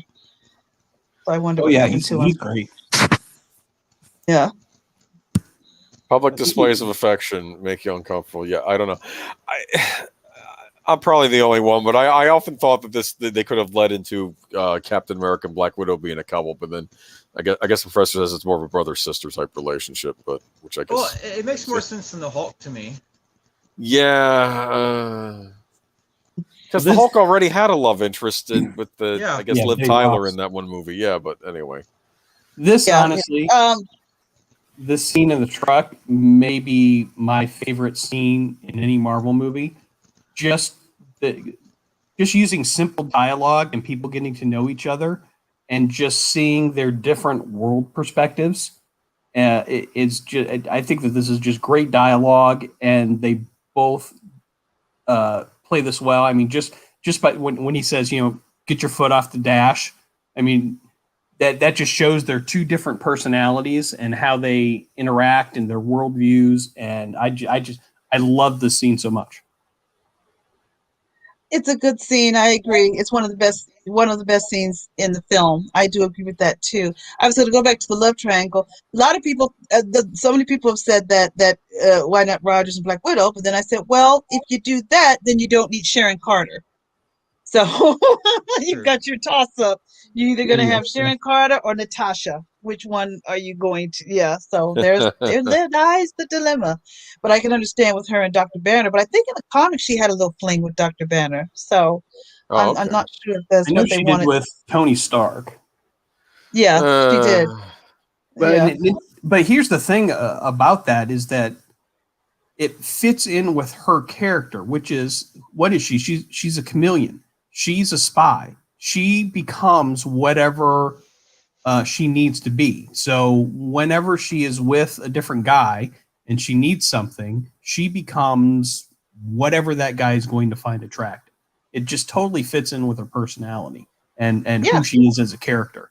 So when she's with Tony Stark in Iron Man 2 and she needs to attract him, she acts attractive toward that. When she needs to be attractive towards Steve, in this movie, she's that way. When she needs to be attractive toward Dr. Banner, she's attractive toward him. So it also shows she doesn't really have a core personality per se. I mean, she has one, but she is still looking for herself and who she is. And I think that kind of culminates in Age of Ultron. I agree. Yeah, she's a spy, and female spies, she becomes or she uses her feminine powers to do whatever she can to get the job done. So you're right about that. And that's why I think her own movie would have worked so well in between here, because then we can see her trying to find who she is. And we never really got that too much.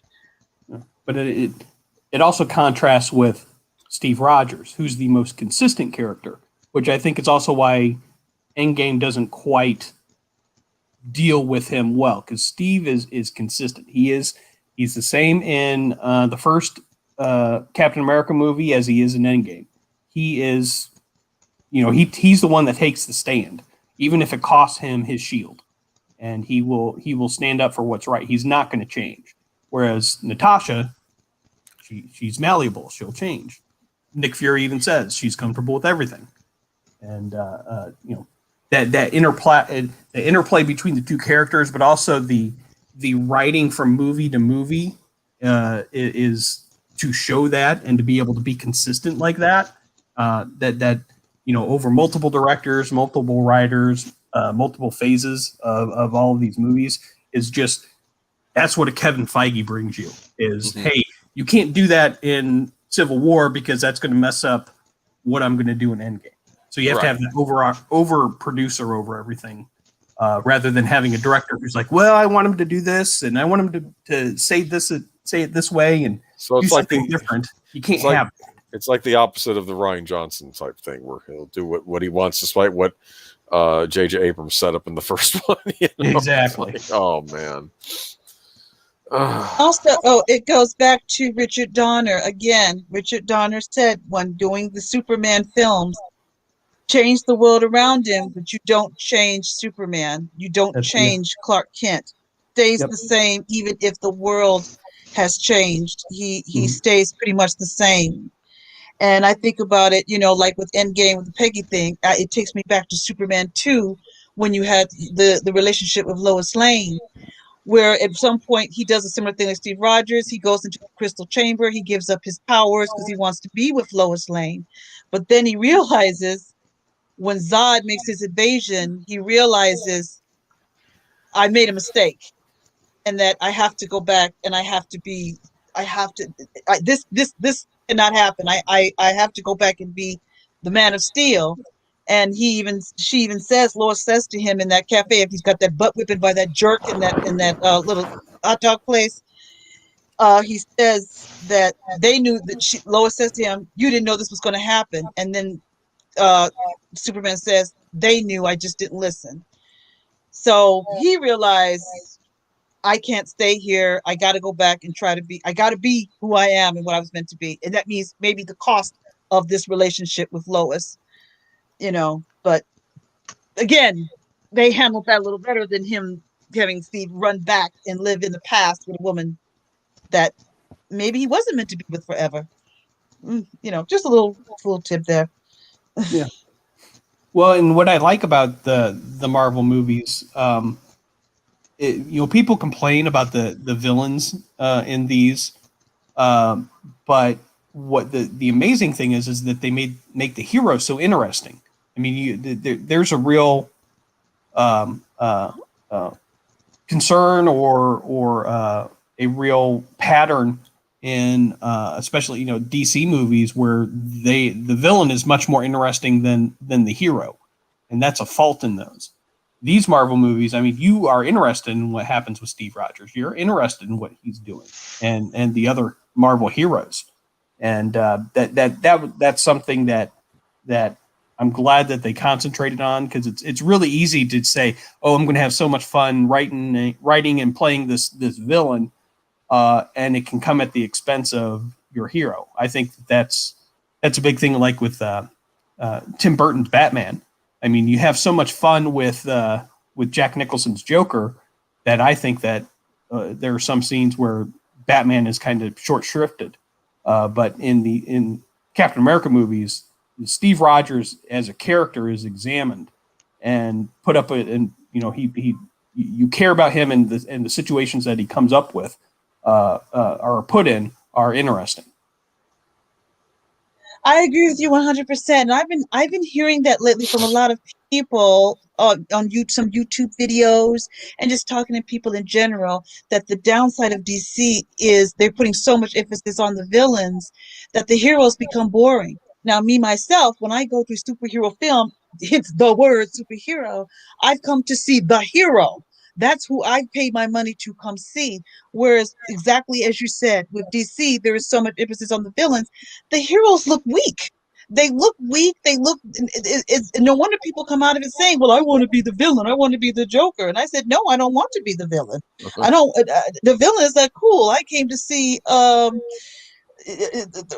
hero defeat the villain." And that's why I struggle with all the Batman movies, because I feel like there is more emphasis on the bad guys, and then letting Bruce Wayne shine as the hero that he's supposed to be. And especially the Joel Schumacher right. ones. Oh yeah, yes, definitely. Too much emphasis on villains. Shouldn't be that much emphasis on the villains. Too much of that in the Snyderverse. Again, too much emphasis on the villains. Man of Steel, Superman should shine like a diamond in that film, not that Zod. I still think Terrence Stamp is the best, but that's me. That's me. I still think Terrence Stamp holds it down as Zod. Yeah. Yes, no one can say that. Yes. I was going to say, but even the Christopher Nolan Batman. So what's the first thing you think of when you think of those movies? You don't think of Christian Bale. You think of Heath Ledger as Joker. Heath Ledger, yes. In defense, I think if Batman Begins, there was a focus on Batman in the first one. That's true. Yeah, and I remember Roger making a point that he's finally happy that we get a Batman movie that focuses on Batman, even though there are plenty of villains in it and they don't overtake the movie. But yeah, then I guess Heath Ledger's was just that good as the Joker that he eclipsed it. But yeah, I don't know.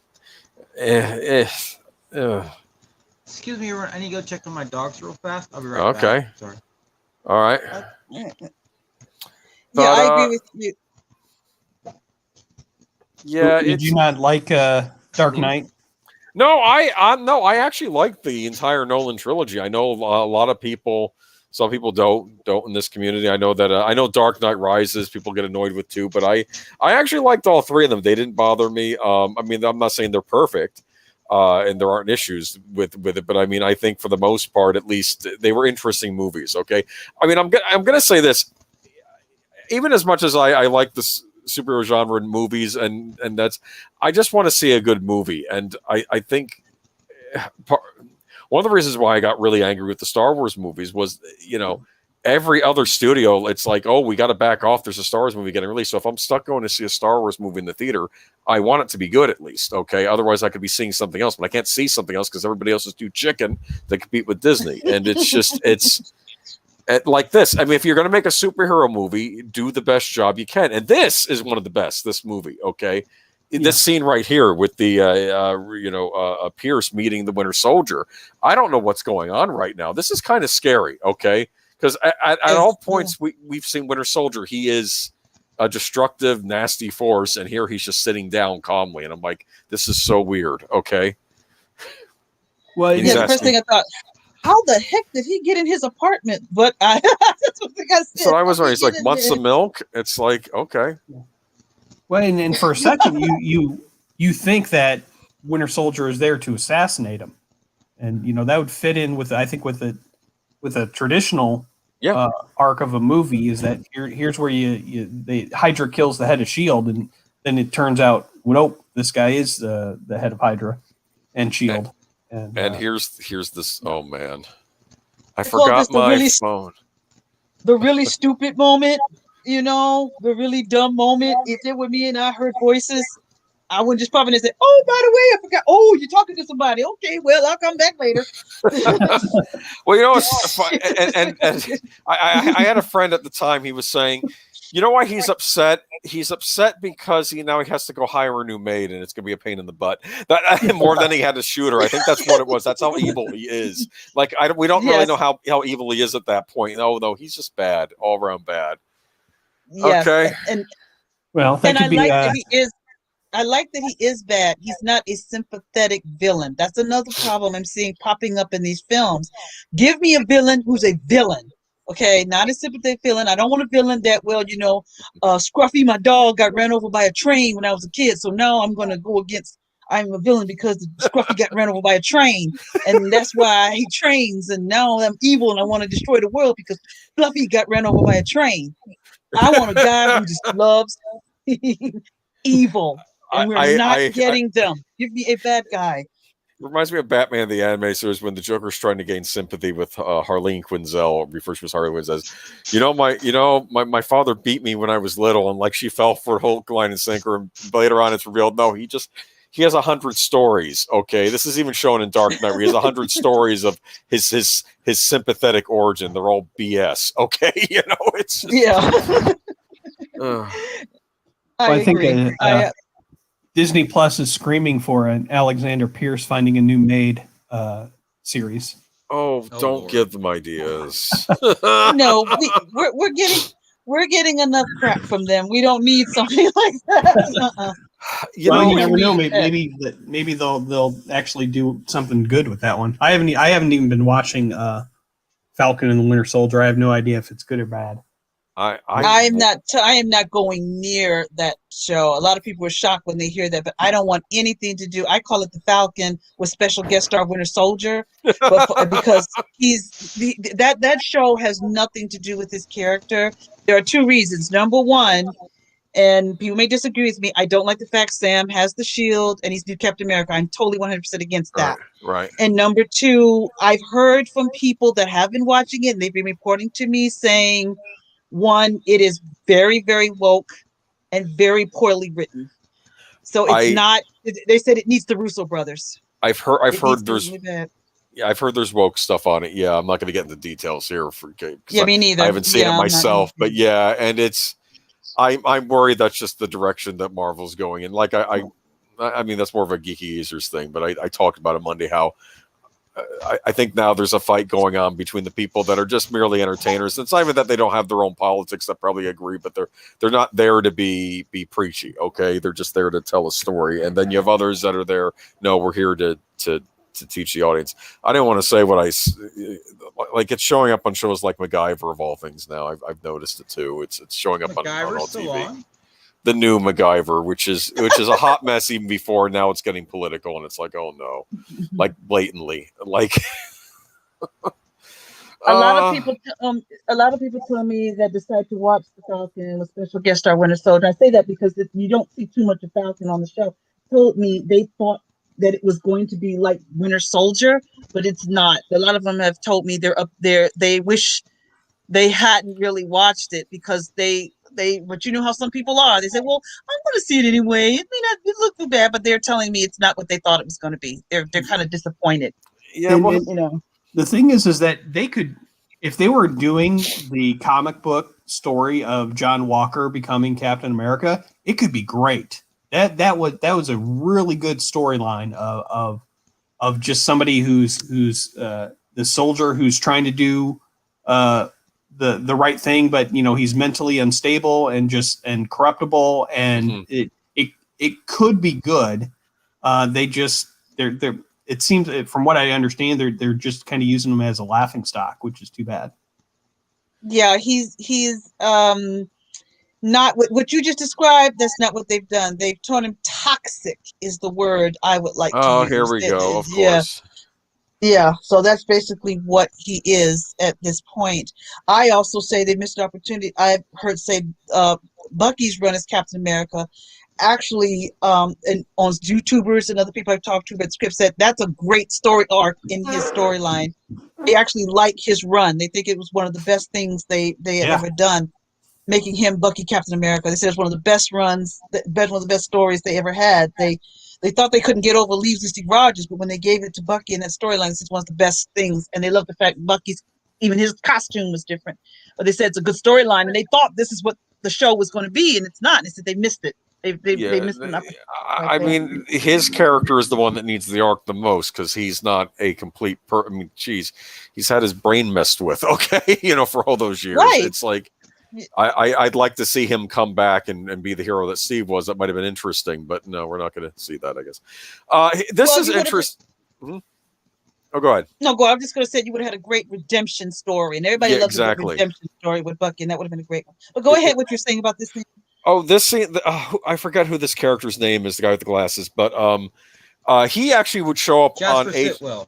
Yeah, Sitwell. He showed up on Agents of S.H.I.E.L.D. as just a regular S.H.I.E.L.D. guy who showed up, right? And yeah, the first and you realize later on, if you're watching Agents of S.H.I.E.L.D., you go to the movie that says, "Oh, Sitwell is part of Hydra all along." Okay, and it's like it's a little nod to people who are watching Agents of S.H.I.E.L.D.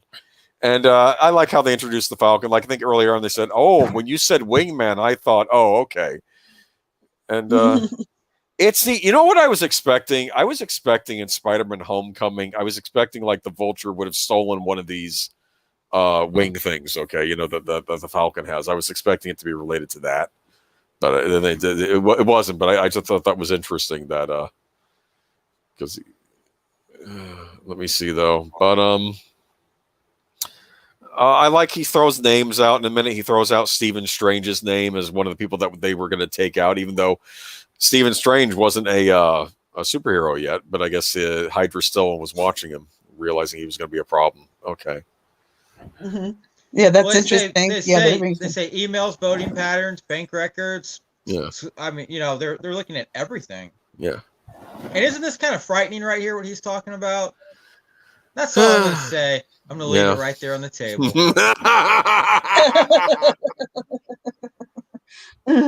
How do you find out someone's voting record? They're not supposed to track that. It's. I mean, if you're registered for a specific party. Oh, for a specific party, but you don't know how they're voting when they get in the booth. I mean, you can be registered with one party and vote the other party. Okay, I mean, you're just there to vote in the primaries. Really, I mean, it's. That's what if you're calling a certain party in the primary, you're probably going to vote for them, whoever the nominee is in the fall. I'm sure there's a huge correlation. Oh, he got sucked out. Okay.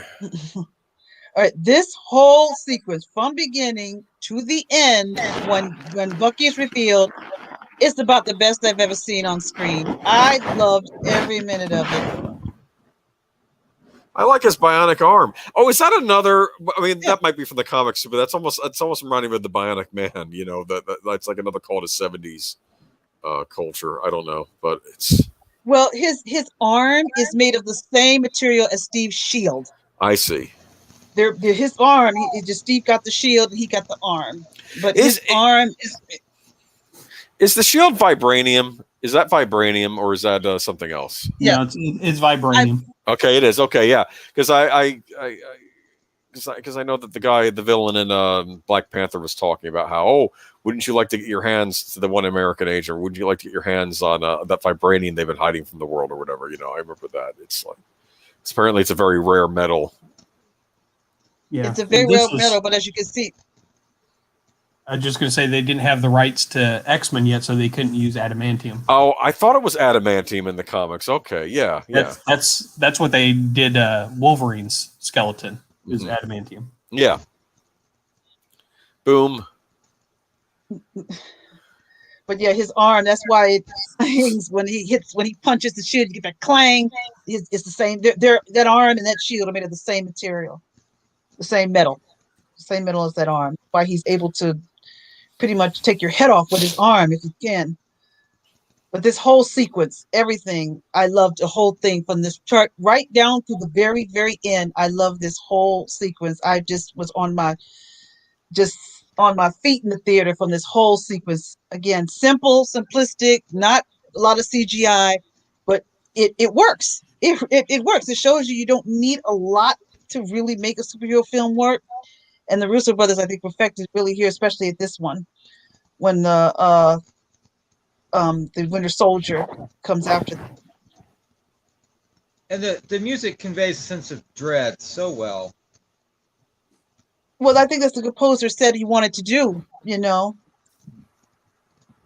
Because there's a scene when he's just walking and you hear like this thump or this drum. It's just so menacing and it fits him so well.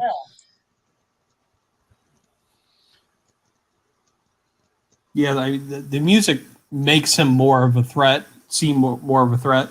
Right. Yeah, there's the music in this sequence, it does. It's menacing, it's scary, and it's threatening, and that's who he is. And that's the problem I'm having with the show. I always tell people who's watching the Falcon and Soldier, the Winter, whether you like it or not, I'm just gonna say it, the Winter Soldier is triple 1,000 times stronger than Sam Wilson. Sam Wilson cannot match what this guy has. When you see the Winter Soldier coming, I mean, you need to be running. He's supposed to strike fear in you when you see him coming. I know he's trying to come back to being good, but even good, you see him coming, you should be running. He is a real threat. You don't want to meet him, and you don't want to get on his wrong side. So he's good guy, but he's supposed to be threatening. That was the yin and the yang of him and Steve Rogers, whereas Rogers is heroic, but Bucky is more of, I don't want to get on this, I don't want to make this guy mad. Because if he don't get me in public, he's going to get me someplace else, you know, when I least expect it.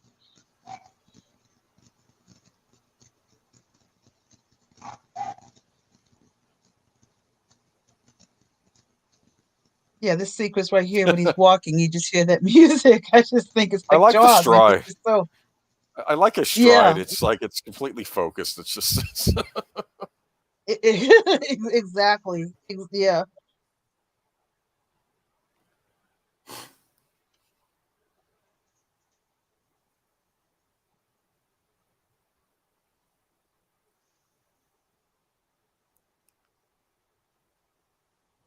Yeah, and just showing, it fits in with the talents of what Natasha has and how she would fight somebody like this, even though she knows he's stronger. And but Yeah. she's fighting from the shadows and jumping up behind him. Yeah, it shows her ability. she was using some kind of that was some kind of assassin method she was using on him just there. Yeah. Because that's how she takes down who she had when she had to fight her villains. That's how she would take them down. But you're right. She can't match. She can't match him physically, but she uses her other tricks to try to take him down. But she's not trying to fight him. She's trying to get away from him. I tell you, she's trying to distract him so she can get away. She knows she can't beat him.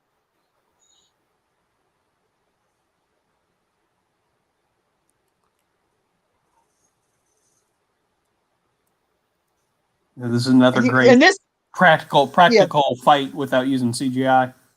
Without using CGI, and I think it's one of the best ones I've seen, not only in the MCU, but I think in the movies, period, in a long time. This is one of the best fight sequences that I've seen. I never get tired of watching this. I mean, they just did this so well. They did, and I saw Sebastian Stan was really flipping the knives. So yeah, this is like a real, I actually thought when he held that shield, it was foreshadowing. I thought, yeah, I know eventually we Captain America. Yeah, and I right here, Sebastian Stan is really practiced. He's really flipping that knife. It's just so. And then to see Cap move like that, I'm like, Cap is no joke. That's what I was in the movie theater.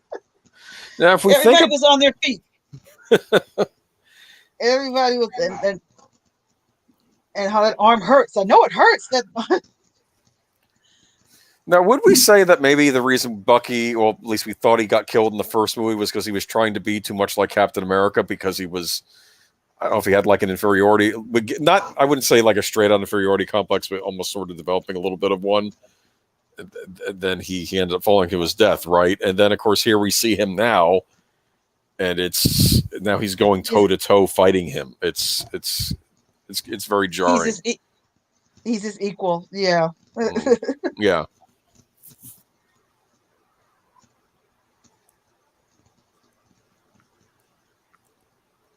Well, you have to remember when he was captured by Hydra and Steve went to rescue him in the first one, they were starting to experiment on him.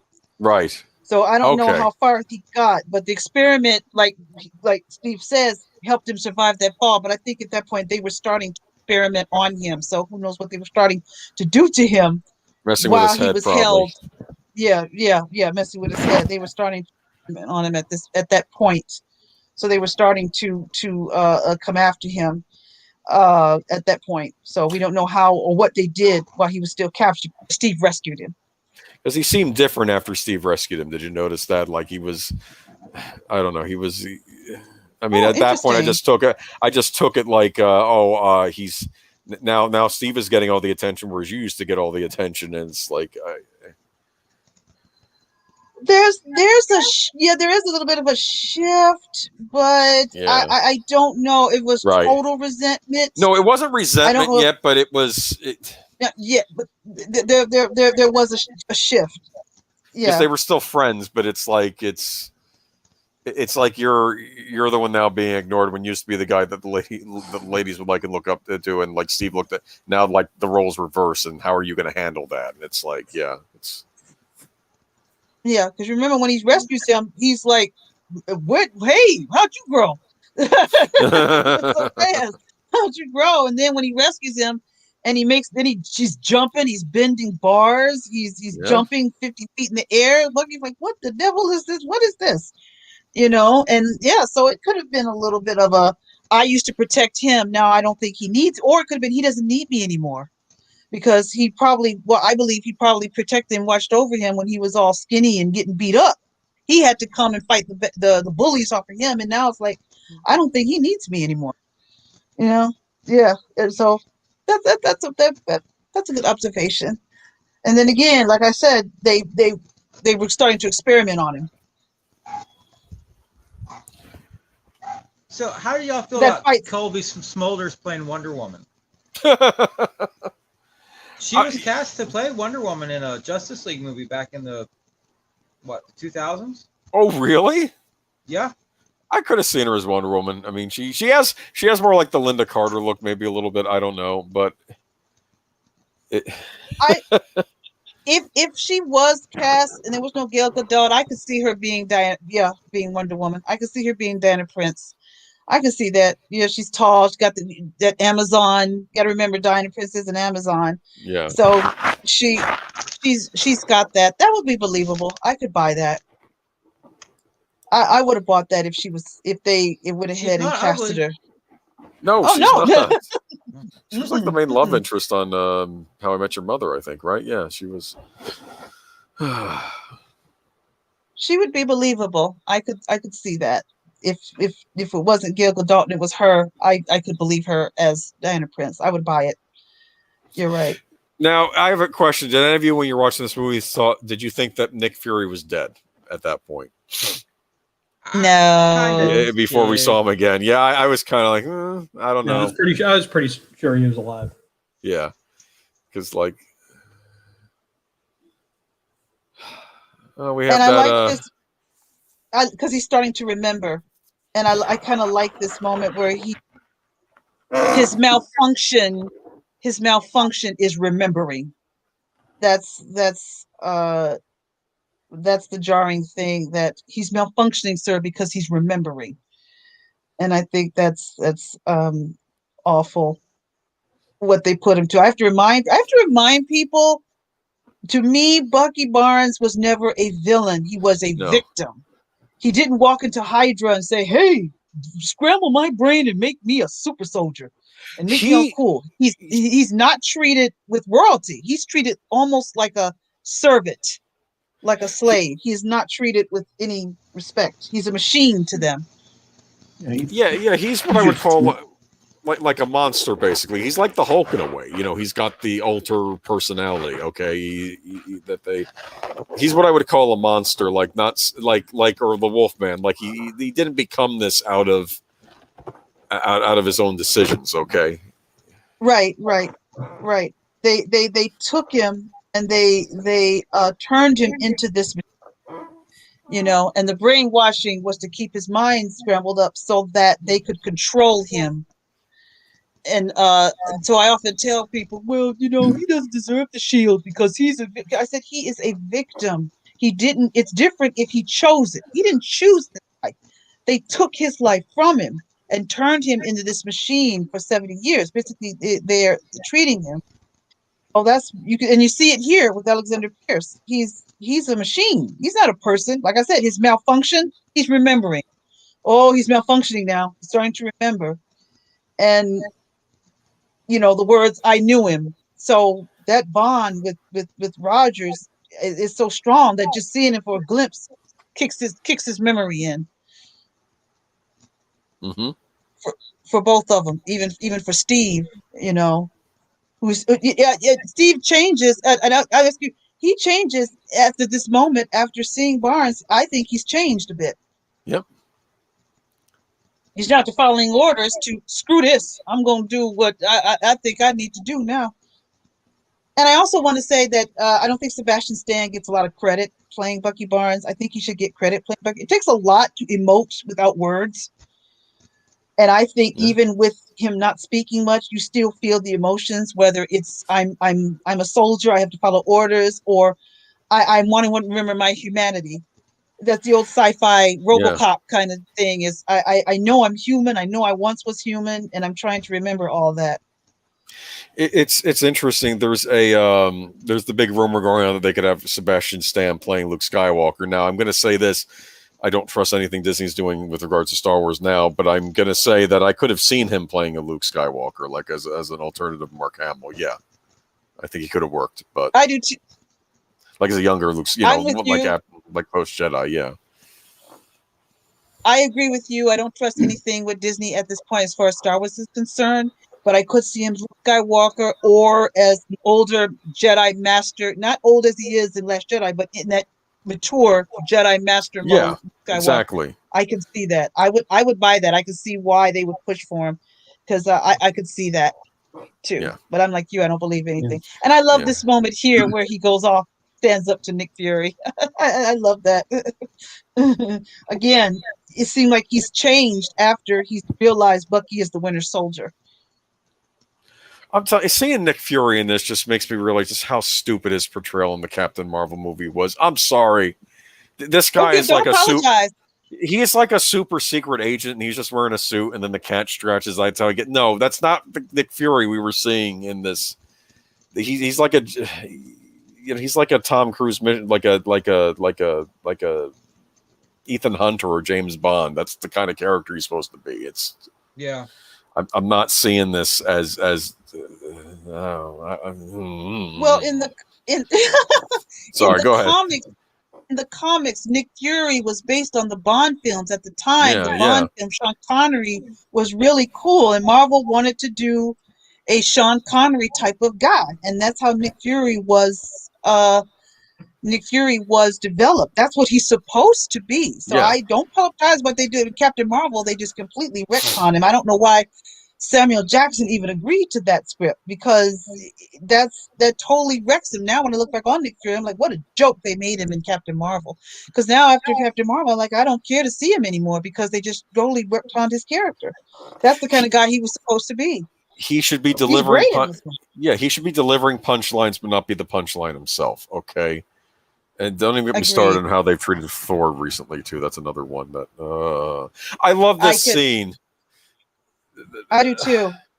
Remembering Bucky's actually just a really good guy. Okay, he's actually in many respects. You can see why him and Steve are friends. Okay, I mean this is probably Depression era, right? When they're yes, he needs a place to stay,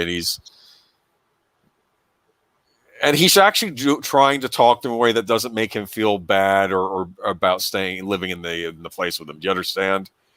Don't take the trash out. Like he's not trying to do it in such a way that Steve feels guilty or bad about staying in the place with him too. I like that, and Yeah, I agree. I do. I love. I'm just gonna say it's good when characters they act and talk like they're friends and not meeting for the first time, and they do that very well.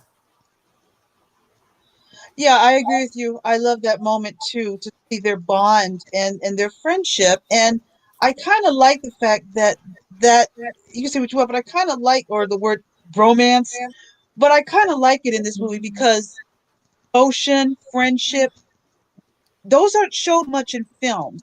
Those mean something. It means something when you have this person is always going to have your back, or going to have your back no matter what. Now on the bridge, that scene kind of reminded me. It's kind of reminding me of Luke Skywalker in Return of the Jedi when he tells Leia, "I've got to go back and face Vader," and she says, "No, why would you go do that?" But Luke has already made up his mind that I'm not going to kill Vader. I'm going to bring him back around because I know there's good still in him.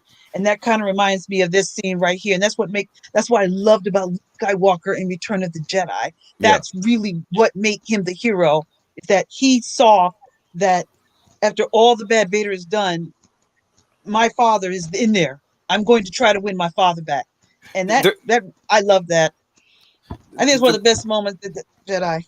Yeah. Well, when this movie was out, there was complaint on the far left. Oh, it's all the Marvel's embracing all this toxic masculinity and stuff. And I'm thinking, well, no, it's not in this movie. They're there to protect, and it's not. No, it's I'm sorry, these aren't the '80s action heroes I grew up with, which I do love, but that's not what this is. Okay. I agree with you. There's no toxic masculinity in this movie at all. No, there's none of that in there. That's not what these characters are about. Just But Princess Leia, you brought up the point about like the bromance, between Captain America and Bucky. There's a YouTuber I used to watch back around the time this film came out, and she was just harping for weeks about how Bucky and Captain America are like, I don't know what words I can use, are like sausage buddies, but Marvel's not going to come out and make them sausage buddies. And I'm like, you're no. delicate with the phrasing there, Birdman. Thank you. They're not sausage buddies. They're just friends who grew up together and went to war together. And that's what they are. I'm sorry if you don't have a concept of what true friendship is. I'm sorry that's been lost on society. But when you have someone you grew up with in the Depression, you went to war with, that's friendship. That's not being sausage buddy. Yes, they do that a lot. There is many types of love in this world. And I'm just going to say this, and people can say if they want, they love each other. It's not sexual. But there is a deep love there that they have. And I was okay with that in this film. That's why I said the bromance didn't bother me, because I knew what it was, and I was okay with that, because that's another type of love that you can show. So they do love each other. There's a love there, but it's not that sexual love that a lot of them maybe want to portray it as. But Yeah. they do love each other, but it's not on a sexual basis, and that's okay, because I've seen it in other films and other movies when, let's say, for instance, two females have that kind of love you see a lot, or sisterhood or bond, it's okay. But for some reason, two guys can't have it, and I don't know. That's ridiculous, but that's the way I took it. I was okay with it. I thought it Yeah, was different, and I was exactly. all right with it, because I say there's lots of ways, lots of different love comes in many different ways, and in this one Yeah. we just see it done with just brotherhood and devotion and friendship, and I think those are just as valuable as the romantic kind of love. And I was look, I said I'm kind Yeah. of glad they didn't do all romancy stuff in this one. They told us a different story, and I think that's what makes this work. Yeah, It's exactly. all right with. But this scene right here, I'm going to say this is, in my opinion, one of the most important scenes in the movie. We talk. There's a lot about heroism on display in a lot of these Marvel movies. Sometimes heroism is being like Steve Rogers taking the bad guys. Sometimes heroism is saying, "I'm not going to launch a suit. I'm not going to press this button when you have a gun pointed to your head because it's the wrong thing to do." Yeah. And he's scared, and he's thinking, "I'm going to die if I don't press this button, and I'm still not going to do it because a lot of other people are going to die." And that's heroism right there. Okay, go ahead. I mean, who's going to kill Thor? Hardly anybody. But the little guy with the curly hair, that bullet's going to kill him. Yeah, and I think he's thinking, "I'm going to die if I don't hit the button," and he's terrified. But he's like, "No, I'm not going to break the sequence." Exactly. Also, tell you something, when all of the agents are pointing guns at each other, when the camera pans out, you see them all pointing guns at each other. You say, yeah, you can see how it is. But I agree with you. That's another form of bravery. Yeah. And I meant to go back, but I was so yakking. The speech he gives when he's talking about exposing Shield, and that speech he gives there when he says, I may be alone, but I know I'm not. And I said, that's pretty much Steve Rogers right there. And that's what makes Steve Rogers Steve Rogers. Again, you change the world around him, but you don't change him. And that's what really made him work up until they got to Endgame. Chris P brings up a good point. Sharon Carter's mistake was getting too close. I think her mistake was just not pulling the trigger. But because that would have saved us a whole lot of trouble in the next Captain America movie. Thank you, Sharon Carter. I agree. She could have nipped him or wounded him a bit, and then it wouldn't have gone off the way it was. That shows the difference between her and Black Widow. Black Widow would have done something a little bit slicker if that was in Black Widow was in that position. But yeah. There's so much going on. I was just gonna say, there's so much going on in this scene that you don't catch it all in the first watch. It's like, and then you rewatch it, like, oh, I didn't notice that. Yeah. All right. This is a great scene. Like, again, great use of CGI. The helicarriers in the daytime, having Falcon was flying. That's all that is just. This is just such great work in this film. Great CGI in this film. I think everything just came together in this movie. I can see why it was so beloved. This is a great sequence with Falcon and with Steve on the helicarriers. But and how he one of the things, Boomer, that they set up for in this movie for Civil War is that obviously Cap finds out about Howard Stark, how he dies by the Winter Soldier, but he doesn't tell Tony. And by not telling Tony, that's why at the end, when Tony finds out and Cap says, "Yeah, I knew." So, I mean, it's set up in this movie. Yeah, I think. Yeah.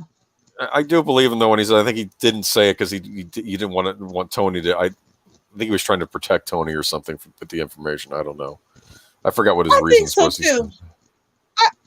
I think he was trying to protect him. He didn't want to hurt him, and he was trying to protect his family. The Avengers was all and also to protect Bucky, because he probably knew if Tony found out, he would just go out there and and he was right, because Tony tries to murder Barnes, but even though Barnes, it's the anger really should be at Hydra. You want to hate Hydra for using this man to commit this crime, but I think he was trying to protect everybody and hold everybody together. That's why he didn't tell him that he knew that Howard Stark was the one was murdered by the Winter Soldier. Hmm. But I don't think he was just being. I think he was trying to, and they were his family. The Avengers were his family, so he didn't want to break his family up. So that's why he was trying to protect him from that. Yeah. What he didn't tell Tony You kind of about see that, and he probably knew Tony couldn't handle it. Yeah, but you kind of see. I would guess that it was a mistake not to tell Tony, and so you kind of see that set up here, and then It was, yeah.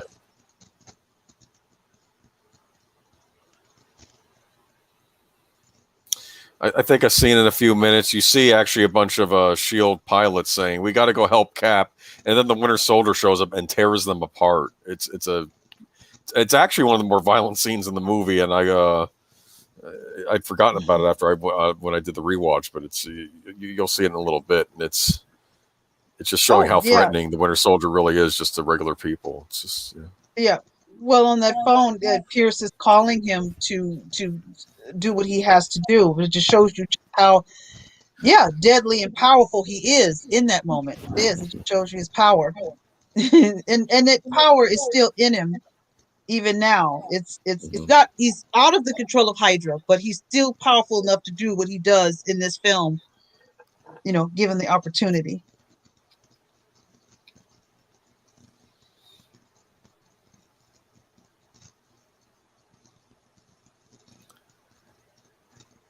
yeah, this was worth seeing on the big screen. Yeah, I'm glad I saw it on the big screen. I did. I'm glad I went to see it because, like I said, all these sequences were done great. This flying sequence here with Falcon is really, really done well. Mm-hmm. Yeah, I mean, does anyone ever wonder why like Iron Man doesn't show up and he's like, "Yeah, man, I heard on the news there's some stuff going on," like. Yeah. But then again, what going on here also, it takes me back to why one of the reasons maybe Steve was hesitant to sign the Accords, because you got to remember when we get to Civil War, Steve has found out Hydra has infiltrated S.H.I.E.L.D. So if they infiltrate S.H.I.E.L.D., what else do they have control of? How can I trust Ross, who is just the lowest of cash bag? That Ross secretary, I can't stand that guy. I so hope he was going to get dusted away because I couldn't stand him. But I didn't trust him either. So I wouldn't blame Steve. So if Steve, you never know. If Steve Rogers had signed those Accords, Secretary Ross could have put Steve on ice and said, "Well, you know what, Rogers, you signed those Accords, you've lost your freedom. We're going to put you on ice, and I'm going to pull you out when I need you, because now I know how you super soldiers work." So, yeah, I know Ross. He was the adversary in Incredible Hulk 2. I remember that. He was one of the. I'm assuming that was the same character, same actor. So yeah, okay. Yeah, same actor, and he's in the this Black one. Widow movie. Oh yeah. Oh, interesting. Oh, yippee day. Okay, yeah. I don't think he's too friendly with the heroes. I don't think it's the heroes too much. But I thought about that. I said, if Steve how can you're asking me to sign these Accords, but I don't really know who they are, because I know how much of Hydra is still there. So I couldn't blame him, how much of Hydra is still there. And like I said, Ross could have said, "Well, we're going to keep Steve Rogers on ice, and we're going to pull you out, turn him into a Winter Soldier." Basically, they could have done that to him. Done the same thing that they did to Bucky. We're going to do to Rogers, pull you out, and then probably have what Tony didn't think about is that, okay, Tony, you signed those Accords. But what if Ross sends you to kill someone that really doesn't need to be killed? Maybe Ross finds him as a threat. And I know you don't want to do that. So yeah, I can see why they're, but it has that.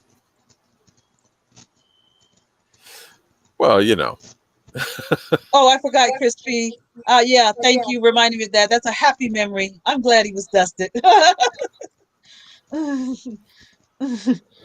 wish I could have seen it. I wanted to see it. I wanted to see the dusting. I could go, yes. Yes, I want to see the dusting. And now here we have the face off between Pierce and Nick Fury.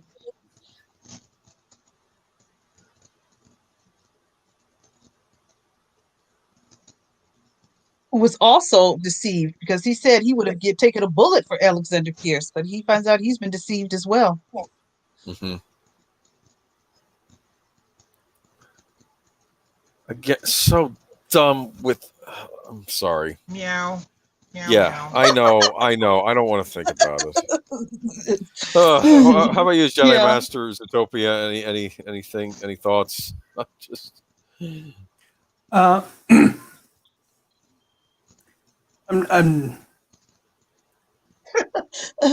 sorry. I know Captain it's Marvel. Captain Marvel. It's Captain Marvel. It takes the wind out Captain of everything. Captain it's Marvel just retconned.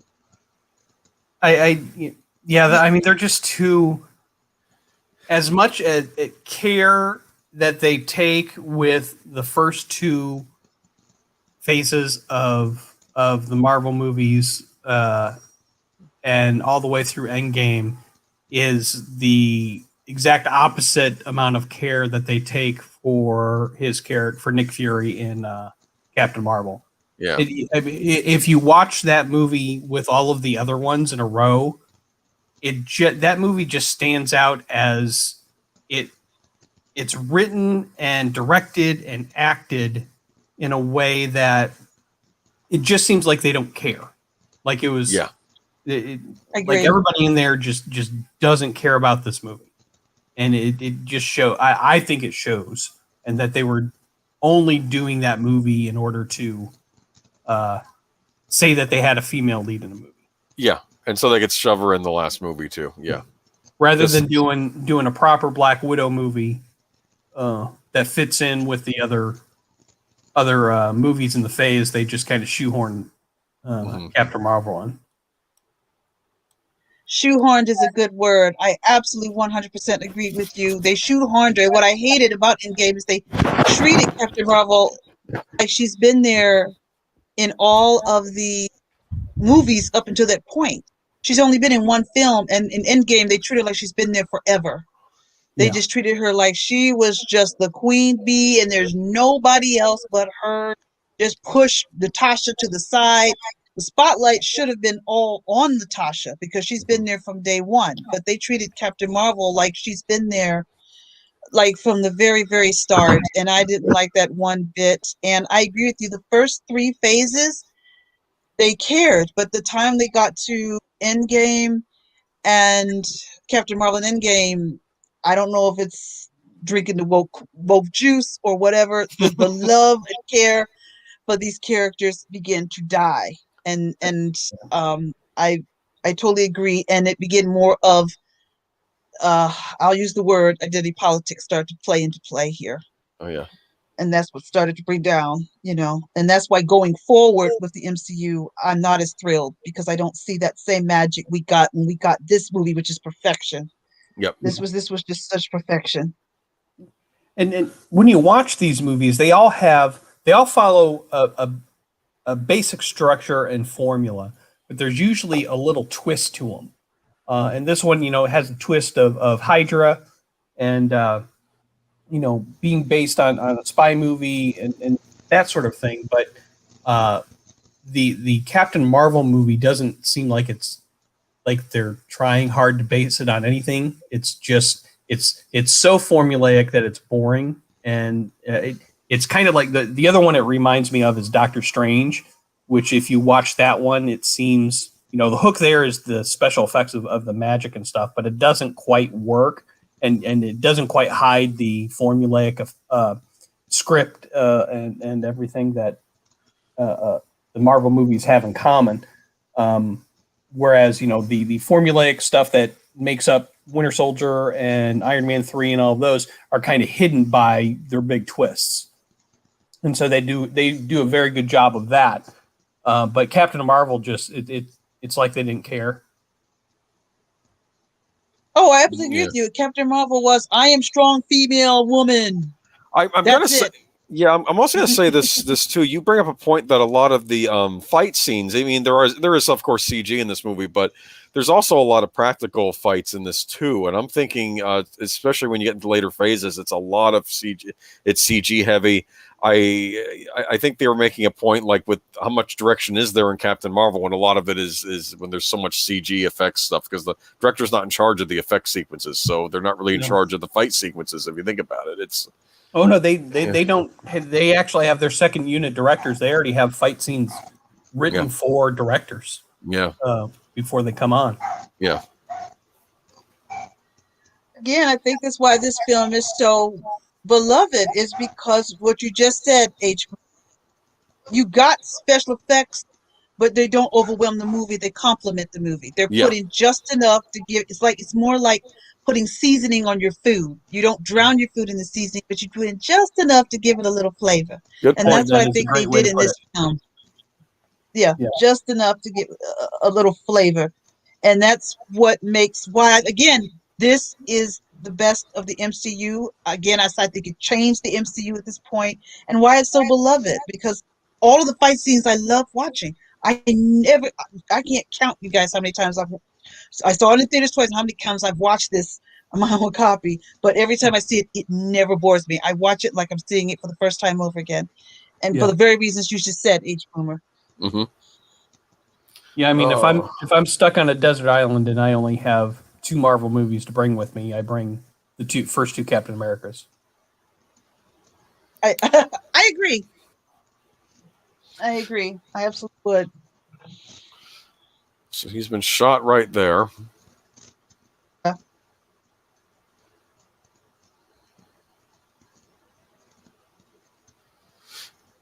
And this is like something almost out of a Bond movie. Like, well, it's not a super satellite, but you have the super weapon that's not being aimed, and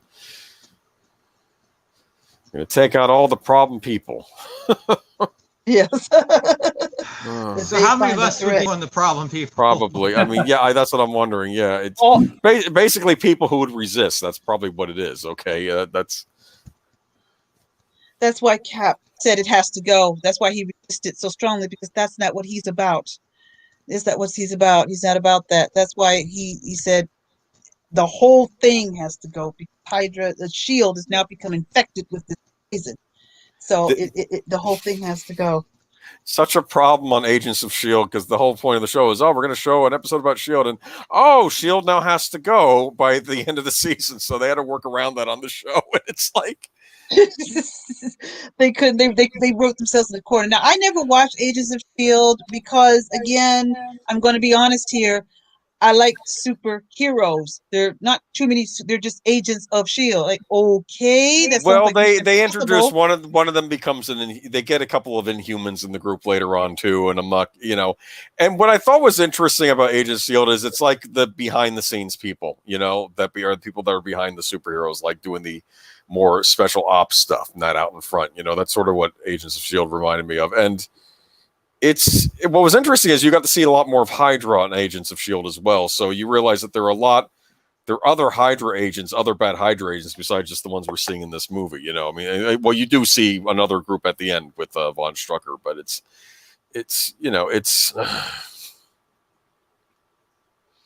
Well, maybe I think probably perhaps this film was bigger than they thought it was, and they just felt maybe the writing just couldn't live up to or they just wrote themselves in a corner. I said, "Oh, okay. Well, S.H.I.E.L.D. is S.H.I.E.L.D. is over." No, I actually think it fixed some of the problems I had with the first season of Agents of S.H.I.E.L.D. because they had to introduce Hydra now, and that made the show a lot more interesting. Do you understand? Yeah. So, it gave them more villains to fight, and they could it made it more of a global scale thing. But and it's. Yeah. And then this movie really showed that they were willing to take chances with the storyline. The easy thing to do would have been to not have Hydra in it and just have S.H.I.E.L.D. as this overarching authority for all the movies going forward. But I mean, they showed real guts in changing up the status quo so soon. Well, I think it's almost like the devil's bargain too. Like, you're having all these people doing things. Oh, but these are the good guys, but they're telling you to do all these questionable things. Well, they're not the good guys. Then you realize it's not even S.H.I.E.L.D., it's Hydra. It's because you weren't questioning these things because they had you have nice Robert Redford telling you, okay, that it's okay to do these things. Yes, everyone should listen to Robert Redford. But like I said, 3 days, like you said, 3 days at the Condor. That's a classic movie. In fact, I think I decided to watch that after seeing this movie because I'd always heard about it too, and I was like, it's one of those movies that I know I should watch this. But are they still fighting each other at this point? We haven't gotten to the shield dropping scene yet, have we? We're about to. I like that because it's basically, I'm not going to fight you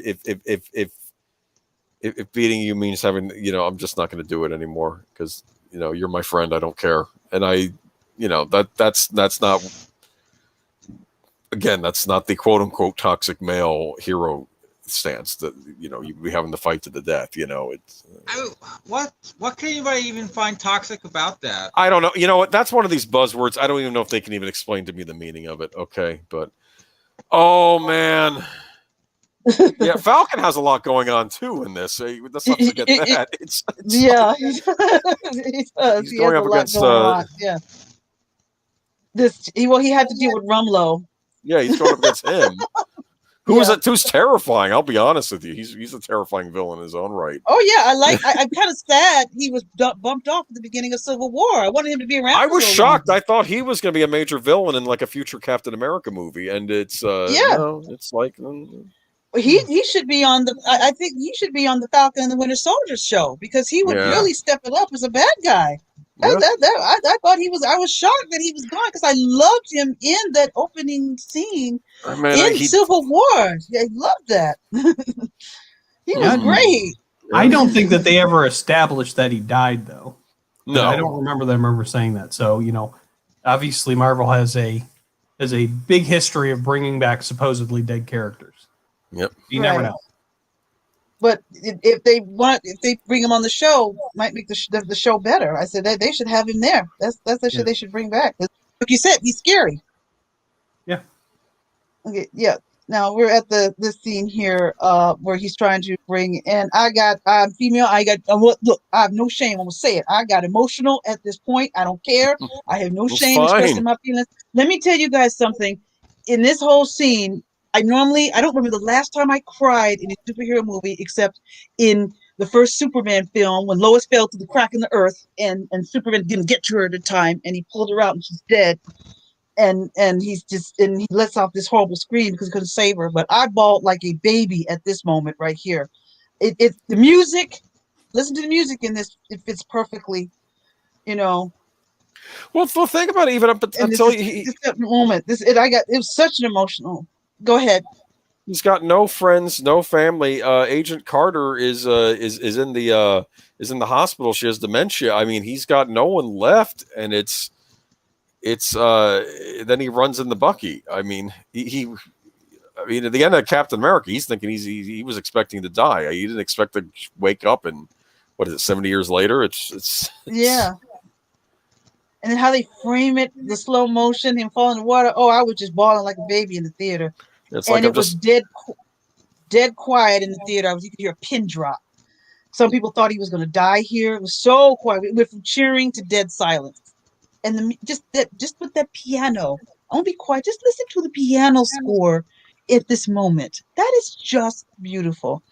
Mm-hmm. But I was bawling like a baby. I'm like, oh, and then he goes and he rescues him. And I just could not hold it. I was all in tears at there. What is wrong with that woman?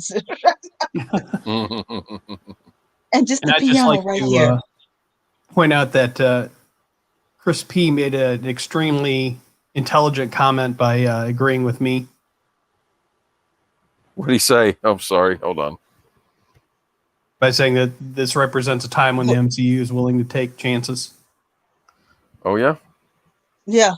Yeah, I agree. Doing this one and then following it up with Guardians, because Guardians was not a surefire thing. And I remember the first trailer for Guardians. I didn't like it. I was like, that really? Does not look good at all. But I remembered, I knew a little bit about the Guardians comics. And I was giving Disney points for taking a risk like that. I said, whatever you want to say about Disney, they take risks. I think I was complaining about other studios for not taking Universal. Yeah, I used to call Universal pardon the expression, the chicken shit studio, because ever since Scott Pilgrim, they we'll make another Fast and the Furious movie, and it's like, can you take a risk for once? And they make Cats too, like Universal. What are they doing? The two biggest risks I agree with you. The two biggest risks I agree with you was Guardians because I had no idea what that was, and there's really nobody from the previous films in Guardians. There is no Thor yet. There's nobody is in that film. So you're Yep. like, who are these people? So they really, and then Infinity War. And I'm gonna tell you why Infinity War was a risk, because if that had not been done right, that would have been a disaster. Having all those heroes juggle all those storylines and to make it work the way it did. So those two were, Infinity War to me was a big risk because it could have been it could have went way, way off with that. Yeah. So, and Guardians, because like I said, Guardians was, I don't know who these people are. I haven't seen them. There's no hint of them in the first phase. So they just come out of nowhere. Mm-hmm. I didn't know them. I didn't read the comic. So I said, well, I'm going to go. I said, either we're going to hate it or I'm going to be surprised. And I was just shocked how much I really enjoyed it and how those characters work. I said, I don't know how they're going to fit into the MCU because the film even ends. I just know they have a relationship with Thanos. We get a more peek of Thanos, but we don't get anybody else. Loki doesn't pop up. Thor doesn't pop up. Mm-hmm. We don't get anything. So Guardians was really a really big.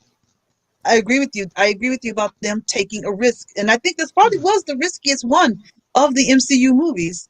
I think it was that Infinity War. I think Guardians was the riskiest one, but it was a big payoff because I enjoyed that one tremendously. The audience in the theater was love it, at the end. And I'm going to say something else, and I'm not going to be a little sappy, but the Marvel films brought a lot of people together. I mean, me and my family, we don't go to the movies together that much because we have different tastes.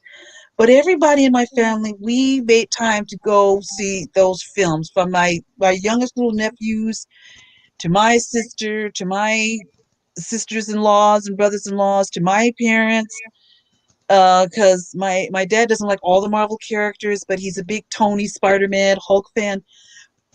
But it got everybody to come to the movie from what age. And I thought that was cool. And that was the way I have such, I know me theaters be closed, but I tell them, boy, I had such great fun time going to see these pictures. After we came out of a Marvel film, we go out to dinner or we would sit and talk about how that, but we were all different age groups, from my youngest nephews to my grandparents. These were really oh, go ahead. I'm sorry to interrupt. It just shows you that these characters are not for children the way some of the Hollywood elite think they are, because every age enjoyed them. But that's all I was going to say. You can go ahead. What was I say? These were like how the Star Wars movies back in the late 70s, early 80s. Everybody went to see them, all age groups, okay? And that's kind of how the Marvel movies were too. And you get these every so often. Not so much the new Star Wars movies, except to frustrate people of all ages. But anyway, but that's what these were. These were everybody liked the Marvel movies. And you have all the kids. Like I said, I did a writing lesson for kids in the grammar school, and all the kids have their favorite superhero. Like some people, some might be more of a Thor fan, others. Captain America or Iron Man or something. And it's kind of neat because they all kind of represent different male masculine archetypes. Okay. They're all different types of men. Okay. But they all come together for the greater good, and I think that's interesting. I agree with you. And that's why I refute the criticisms of the toxic masculinity you're talking about. Yeah.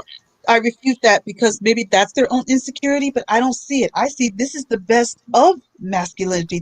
This is maybe fictionalized. I mean, not all men can have the godlike body of Chris Evans or Chris Hemsworth, but I do. I'm sure you do. Zootopia, don't you? I mean, not everybody can have the same body as Chris and I. Yeah, not. Yes, I'm sure not you do. You're absolutely right. Not everyone can crack a walnut with their butt cheeks, right? It's just, no, I'm sorry. Wait a minute. That came out wrong. Never mind. I'm thinking back to Brock Sampson on the Venture Brothers. I was talking about with Mr. Matzik, how they strip him. He says, you haven't done the cavity search. So the guy reaches up in the place he's not supposed to reach up him. And his buttocks muscles are so strong, he breaks the guy's hand. I can't believe I ended Winter Soldier with that image. I'm sorry. Okay. Anyway. It's going to live forever on YouTube. Yes, I know. I'm going to cut that out and I love the end credits. I love the good and evil. See, I do it's too. the good, Yeah, black and white. it's the Shield and it's Hydra. And you realize going forward that, the war is just starting. Okay, they're gonna have to go after Hydra. They're everywhere now. Okay, I so agree with you. The score here at the end. Oh, I didn't mean to interrupt. The score here with the end credits is just sensational. People usually get up and leave, but here everybody was in this theater just sitting here watching it. I'm serious. In the first showing I went to, everybody just sat and just watched it. Right? Because some people leave at the end credits, or maybe they stay because they know something will happen at the end. And that's the way I was. But I love these credits, and this end credit sequence is wonderful. I agree with you. Sorry about that, but I was just gonna say you could have done more movies with Hydra as the villains too. I mean, this could have been ongoing. You could have had like a Avengers trilogy, just them fighting Hydra, and I would have loved it. I mean, and you don't really get that because they're moving on to, of course, Infinity War, but you do get a lot of Hydra fighting on Agents of Shield, so at least you got it there. But they're my favorite antagonistic group, I think, in the MCU is Hydra. I'm sorry, because they're just everywhere, and you like I said, you cut off the head, two more appear. You think you've beaten Hydra, nope, they're still around. But you see, that's what I thought. I agree. That's what I thought. Well, first of all, Chris P. I just want to acknowledge his comment. Same thing with me too. All sold out. Oh, sold out, particularly for this one. And when this ended and those credits started, this movie got a thunderous applause. It really did. This is the only film, this one and the first Avenger movie, where it got a thunderous applause at the end. I mean, people were like, I'm not making this up. People were like standing up, applauding. Everybody was cheering. They just loved this so much. And I agree with you. And then back to you, H. I thought that's what I thought the streaming shows were going to be. I thought the streaming shows or Falcon and Winter Soldier were going to be dealing with Hydra, and they could do that. They could continue to do Hydra. Well, yeah. I'm listening to other fans tell me, because that's what I'm more interested in. Because, like you said, they're still out there. And that's what I thought the streaming shows were going to be. I thought that maybe somehow, now I thought WandaVision was going to be a door to the X-Men. I was really hoping that's what that was going to be, but boy, was I wrong. And I thought so far, yes, I was way, way off on that one. That's what I was hoping that would be. Now that Disney has the rights to the X-Men, I thought this is a great way to introduce the X-Men into the MCU, like they brought back Spider-Man. But I'm like, boy, was I wrong there. And so I think they still are. Hydra is still formidable villains. I agree with you. I mean, I was expecting this guy to be a villain in the next one. I mean, this is Von Strucker. I mean, he looks terrifying. I'm sorry. They wasted him. They wasted him in Ultron. I agree. He makes this horrible comment. It's not an age of even heroes. It's an age of miracles, and there's nothing more terrifying than a miracle. I'm like, ooh. And then there you go. You see a Scarlet Witch, and I was expecting. This is what I thought the plot of Age of Ultron was going to be. I thought it was going to be Hydra does something so terrible that Tony Stark has had it. We are not enough to protect the world, and he was going to make Ultron and make an army of artificial Iron Men to protect the world. And then it goes haywire, and then Ultron becomes a villain and takes over the world. And then they have to stop Ultron. And I thought it was going to go on for years, and they were going to. It was going to be. That's why it was called the Age of Ultron, because basically he was controlling the world, and it was up to the Avengers to stop Tony Stark's mistake. I thought that was going to be what the plot line was, but I mean, it sort of went that way, but not exactly. But anyway, I kind of was thinking that too. I kind of was thinking that the idea, and I do agree that Strucker should have was wasted. He should have been around longer. Yeah, he should have been around much longer. Even now, he should have been like I would have loved that maybe at the end when they're talking about the Accords or something, he comes out of the shadows with that pig Ross, and you see how his influence is still there. That would let you know that we're not done with Hydra yet. We may be dealing with Thanos, but Hydra is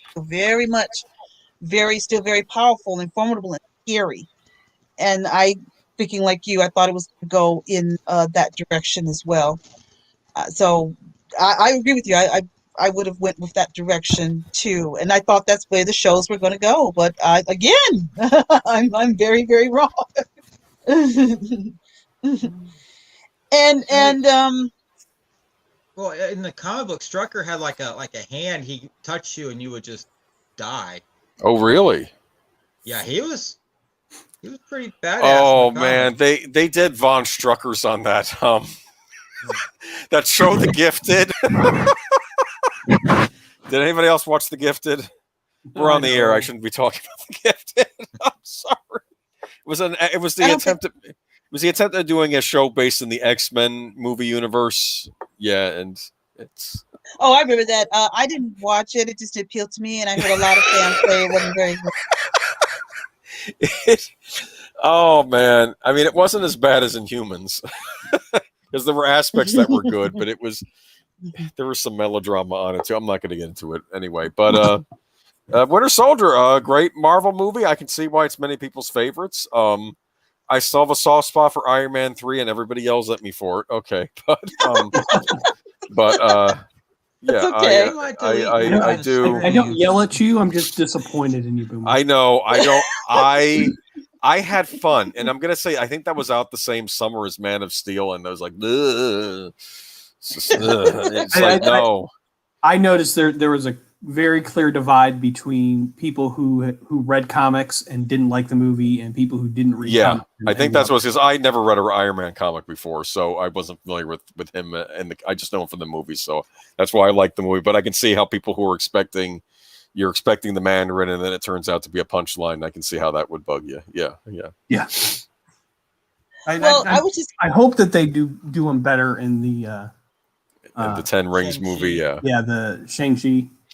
Yeah. I don't have much faith in it, but I hope they do. I was going to say to Boomer, you don't have to apologize. That's the beauty of the Marvel films. You like the films that you like. My dad likes all three of the Iron Man films. Iron Man, he was mad as the devil when he died in Endgame because he said Tony Stark was his number one character. My dad is 72, but Tony Stark was he liked all the characters, but Tony Stark was his favorite. He said he loved Robert Downey Jr. He said he loved Robert Downey Jr. I said that guy is my guy. Yeah. And he said I don't want to see. He doesn't want to see any Marvel films for him. He says Tony is not there, and that was his guy. He liked Tony. The Hulk and Spider-Man were the three characters he loved the most. He loved Infinity War to see those three favorites in the film. So again, the beauty of those films is that whatever character appealed to you, you enjoy. That was the beauty of it. That's what made it work. Like I said, from the youngest to the oldest, that was the beauty of those films. It's funny you mention that because my mom, her favorite is also Iron Man, and I remember when the Civil War was going on, right when they were doing the Civil War, and we were making a point that hey, looks like Iron Man has Spider-Man on his side, and Captain America has Ant-Man. And first off, my mom is not a huge Captain America fan because she doesn't like what she calls goody-good superheroes. She doesn't get the whole aspirational thing, okay? But and she hates ants. Like we had an ant problem in the house years ago, so she hates anything to do with ants. She would never watch Ant-Man, and of course, when I would explain to her, like, "Oh, Ant-Man, he got fired from the Baskin Robbins, okay, and he can't pay his child support." I'm explaining to her the character. He's like, "I don't like him." It's like, here we got the singer at the end. Okay, I love that at the end. The end, what it ends with with Bucky Barnes, and you hear that scream. I love that ending, where he's going to gain his memory back as Bucky. At this point, he's trying to remember himself as Bucky. And I kind of like that. I stayed to the very end in the theater. Everybody else was too. I'm like, I know something's coming. I know something. At this point, you're wondering where Bucky is going to go now. Is he going to keep being the Winter Soldier? Is he going to become Bucky again? Is he going to be something else? You don't know. And I have to say, this I think was peak Marvel at this movie. I think this and Guardians. This is when Marvel was at its apex. I think, the MCU. Absolutely, this was really the golden age of the MCU. Was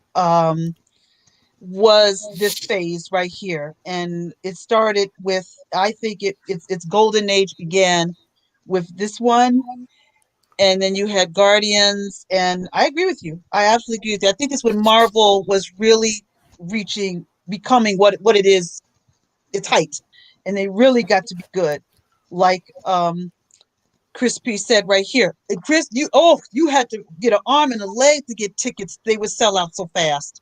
Yeah, right. They were all sold out. The first, I went on opening weekend, and the Winter Soldier movie was sold out. But see, here's the kicker.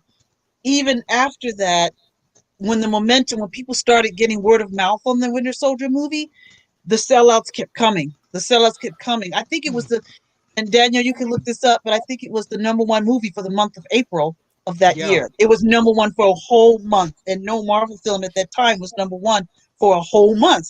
No movie is anymore. I mean, you got like first weekend, maybe second weekend, and that's it. Yeah, I noticed. Yeah, you're right. It's like that. But the word of mouth, and it was entertaining us as fans of the character, but people who are not fans of the character, it was entertaining. But I do believe this phase right here was when they really began to shine. That was their best. This was their golden highlight. Was this one right here, and then what they did to really make Captain America the character that now kids, they say Captain America. For those who love the character, the aspirational hero, I hate to keep rambling, but the aspirational hero is my favorite hero. Superman, Luke Skywalker, those are Steve Rogers. Those are my guys. I don't hate any guys any less, but when I come to a superhero movie, I love one that makes me stand up and cheer. And this one definitely did it. Like I said, I hadn't felt that way in a long time since the first 2 Superman films. Yeah. I'm trying to think. I don't know. My heroes are mixed. Like I said, I like the aspirational, but I think I also like rogue characters too. So it's I'm like kind of mixed there, I guess. Yeah. I was always more into the aspirational ones. I mean, I always preferred Luke Skywalker over Han Solo. So it's weird when I pick my 5 heroes, because I know Lupin's a trickster. He's a trickster hero, but I like Superman too, though. So it's weird. So I guess maybe I run the gamut. I don't know. Captain Kirk. I don't know what Captain Kirk. Frontiersman. Yeah. I don't know. But yeah, cool. Well, thank you everyone for coming by tonight. I'd love to stay up another hour and discuss comic book movies, but I've been awake since 3 a.m. Okay, so I want to get some sleep. Yeah, Okay. you want to get some sleep. We had thunderstorms come in, and the dogs don't care for those. So that's understandable. Well, thank you for inviting me here. Yeah, thank you for having me. Thank you, Jedi Master Zootopia. Thank you both. We'll have to have y'all back here pretty soon. No happy to come back. I'll be happy. Thoughts on next week, Boomer? I don't know. I know. I don't know. We'll talk about it after the chat. I know that we've been toying with Blade Runner and toying with for a few dollars more. And I don't know if you had anything you had on your. Oh, there's also the Shadow. I don't know if you want to do the Shadow anytime soon. I love the Shadow. Maybe we should do the Shadow. Fanman's talked about it forever, and he always like, I don't know, he Fanman's out of it. Like, well, Fanman reasons, and I'm like, okay. But, we should do. You want to do the Shadow sometime? I don't know. We'll figure it out. But yeah, maybe we'll talk about it after the show. I'll commit to that right now if you want to do. We'll do the Shadow. We'll do the Shadow next week. Okay. That's odd because it's a movie I watched recently, so I'm kind of curious to talk about it with fresh eyes. But I don't know if anybody else wants to join us. But okay. The Shadow is a film that I actually liked. I didn't think I would like it, but I have seen it several times. And I actually enjoyed it. Well, if you're up for next week, I mean, yeah. Because to me, it's the Shadow, the Rocketeer, and the Phantom. All 3 of those came out pretty close together, and I enjoy all 3 of them. All right, Rocketeer's awesome. That's one of my favorites. Yeah, we should. Yeah, maybe we'll have you on for the Rocketeer. Yeah, definitely. But yeah, cool. So all right. Next week we're doing the Shadow. Yeah, sounds good. Sounds like a plan. Okay. All right. Alrighty. Well, thank y'all, everyone. Remember, adopt, don't shop. Have a happy Easter, everyone. Easter, I think, is one of my favorite holidays because there's hope in Easter, and we all need more hope in the world right now. Exactly. I agree. And no, I'm not attached to geeks and gamers in any way, but. What are you doing? All right. I'm just poking fun at someone. Okay. But thank you everyone for coming by. And have a good evening. Good evening, everybody. Have a good evening, all of you. Good night, everybody. Good evening, Crispy. Good night.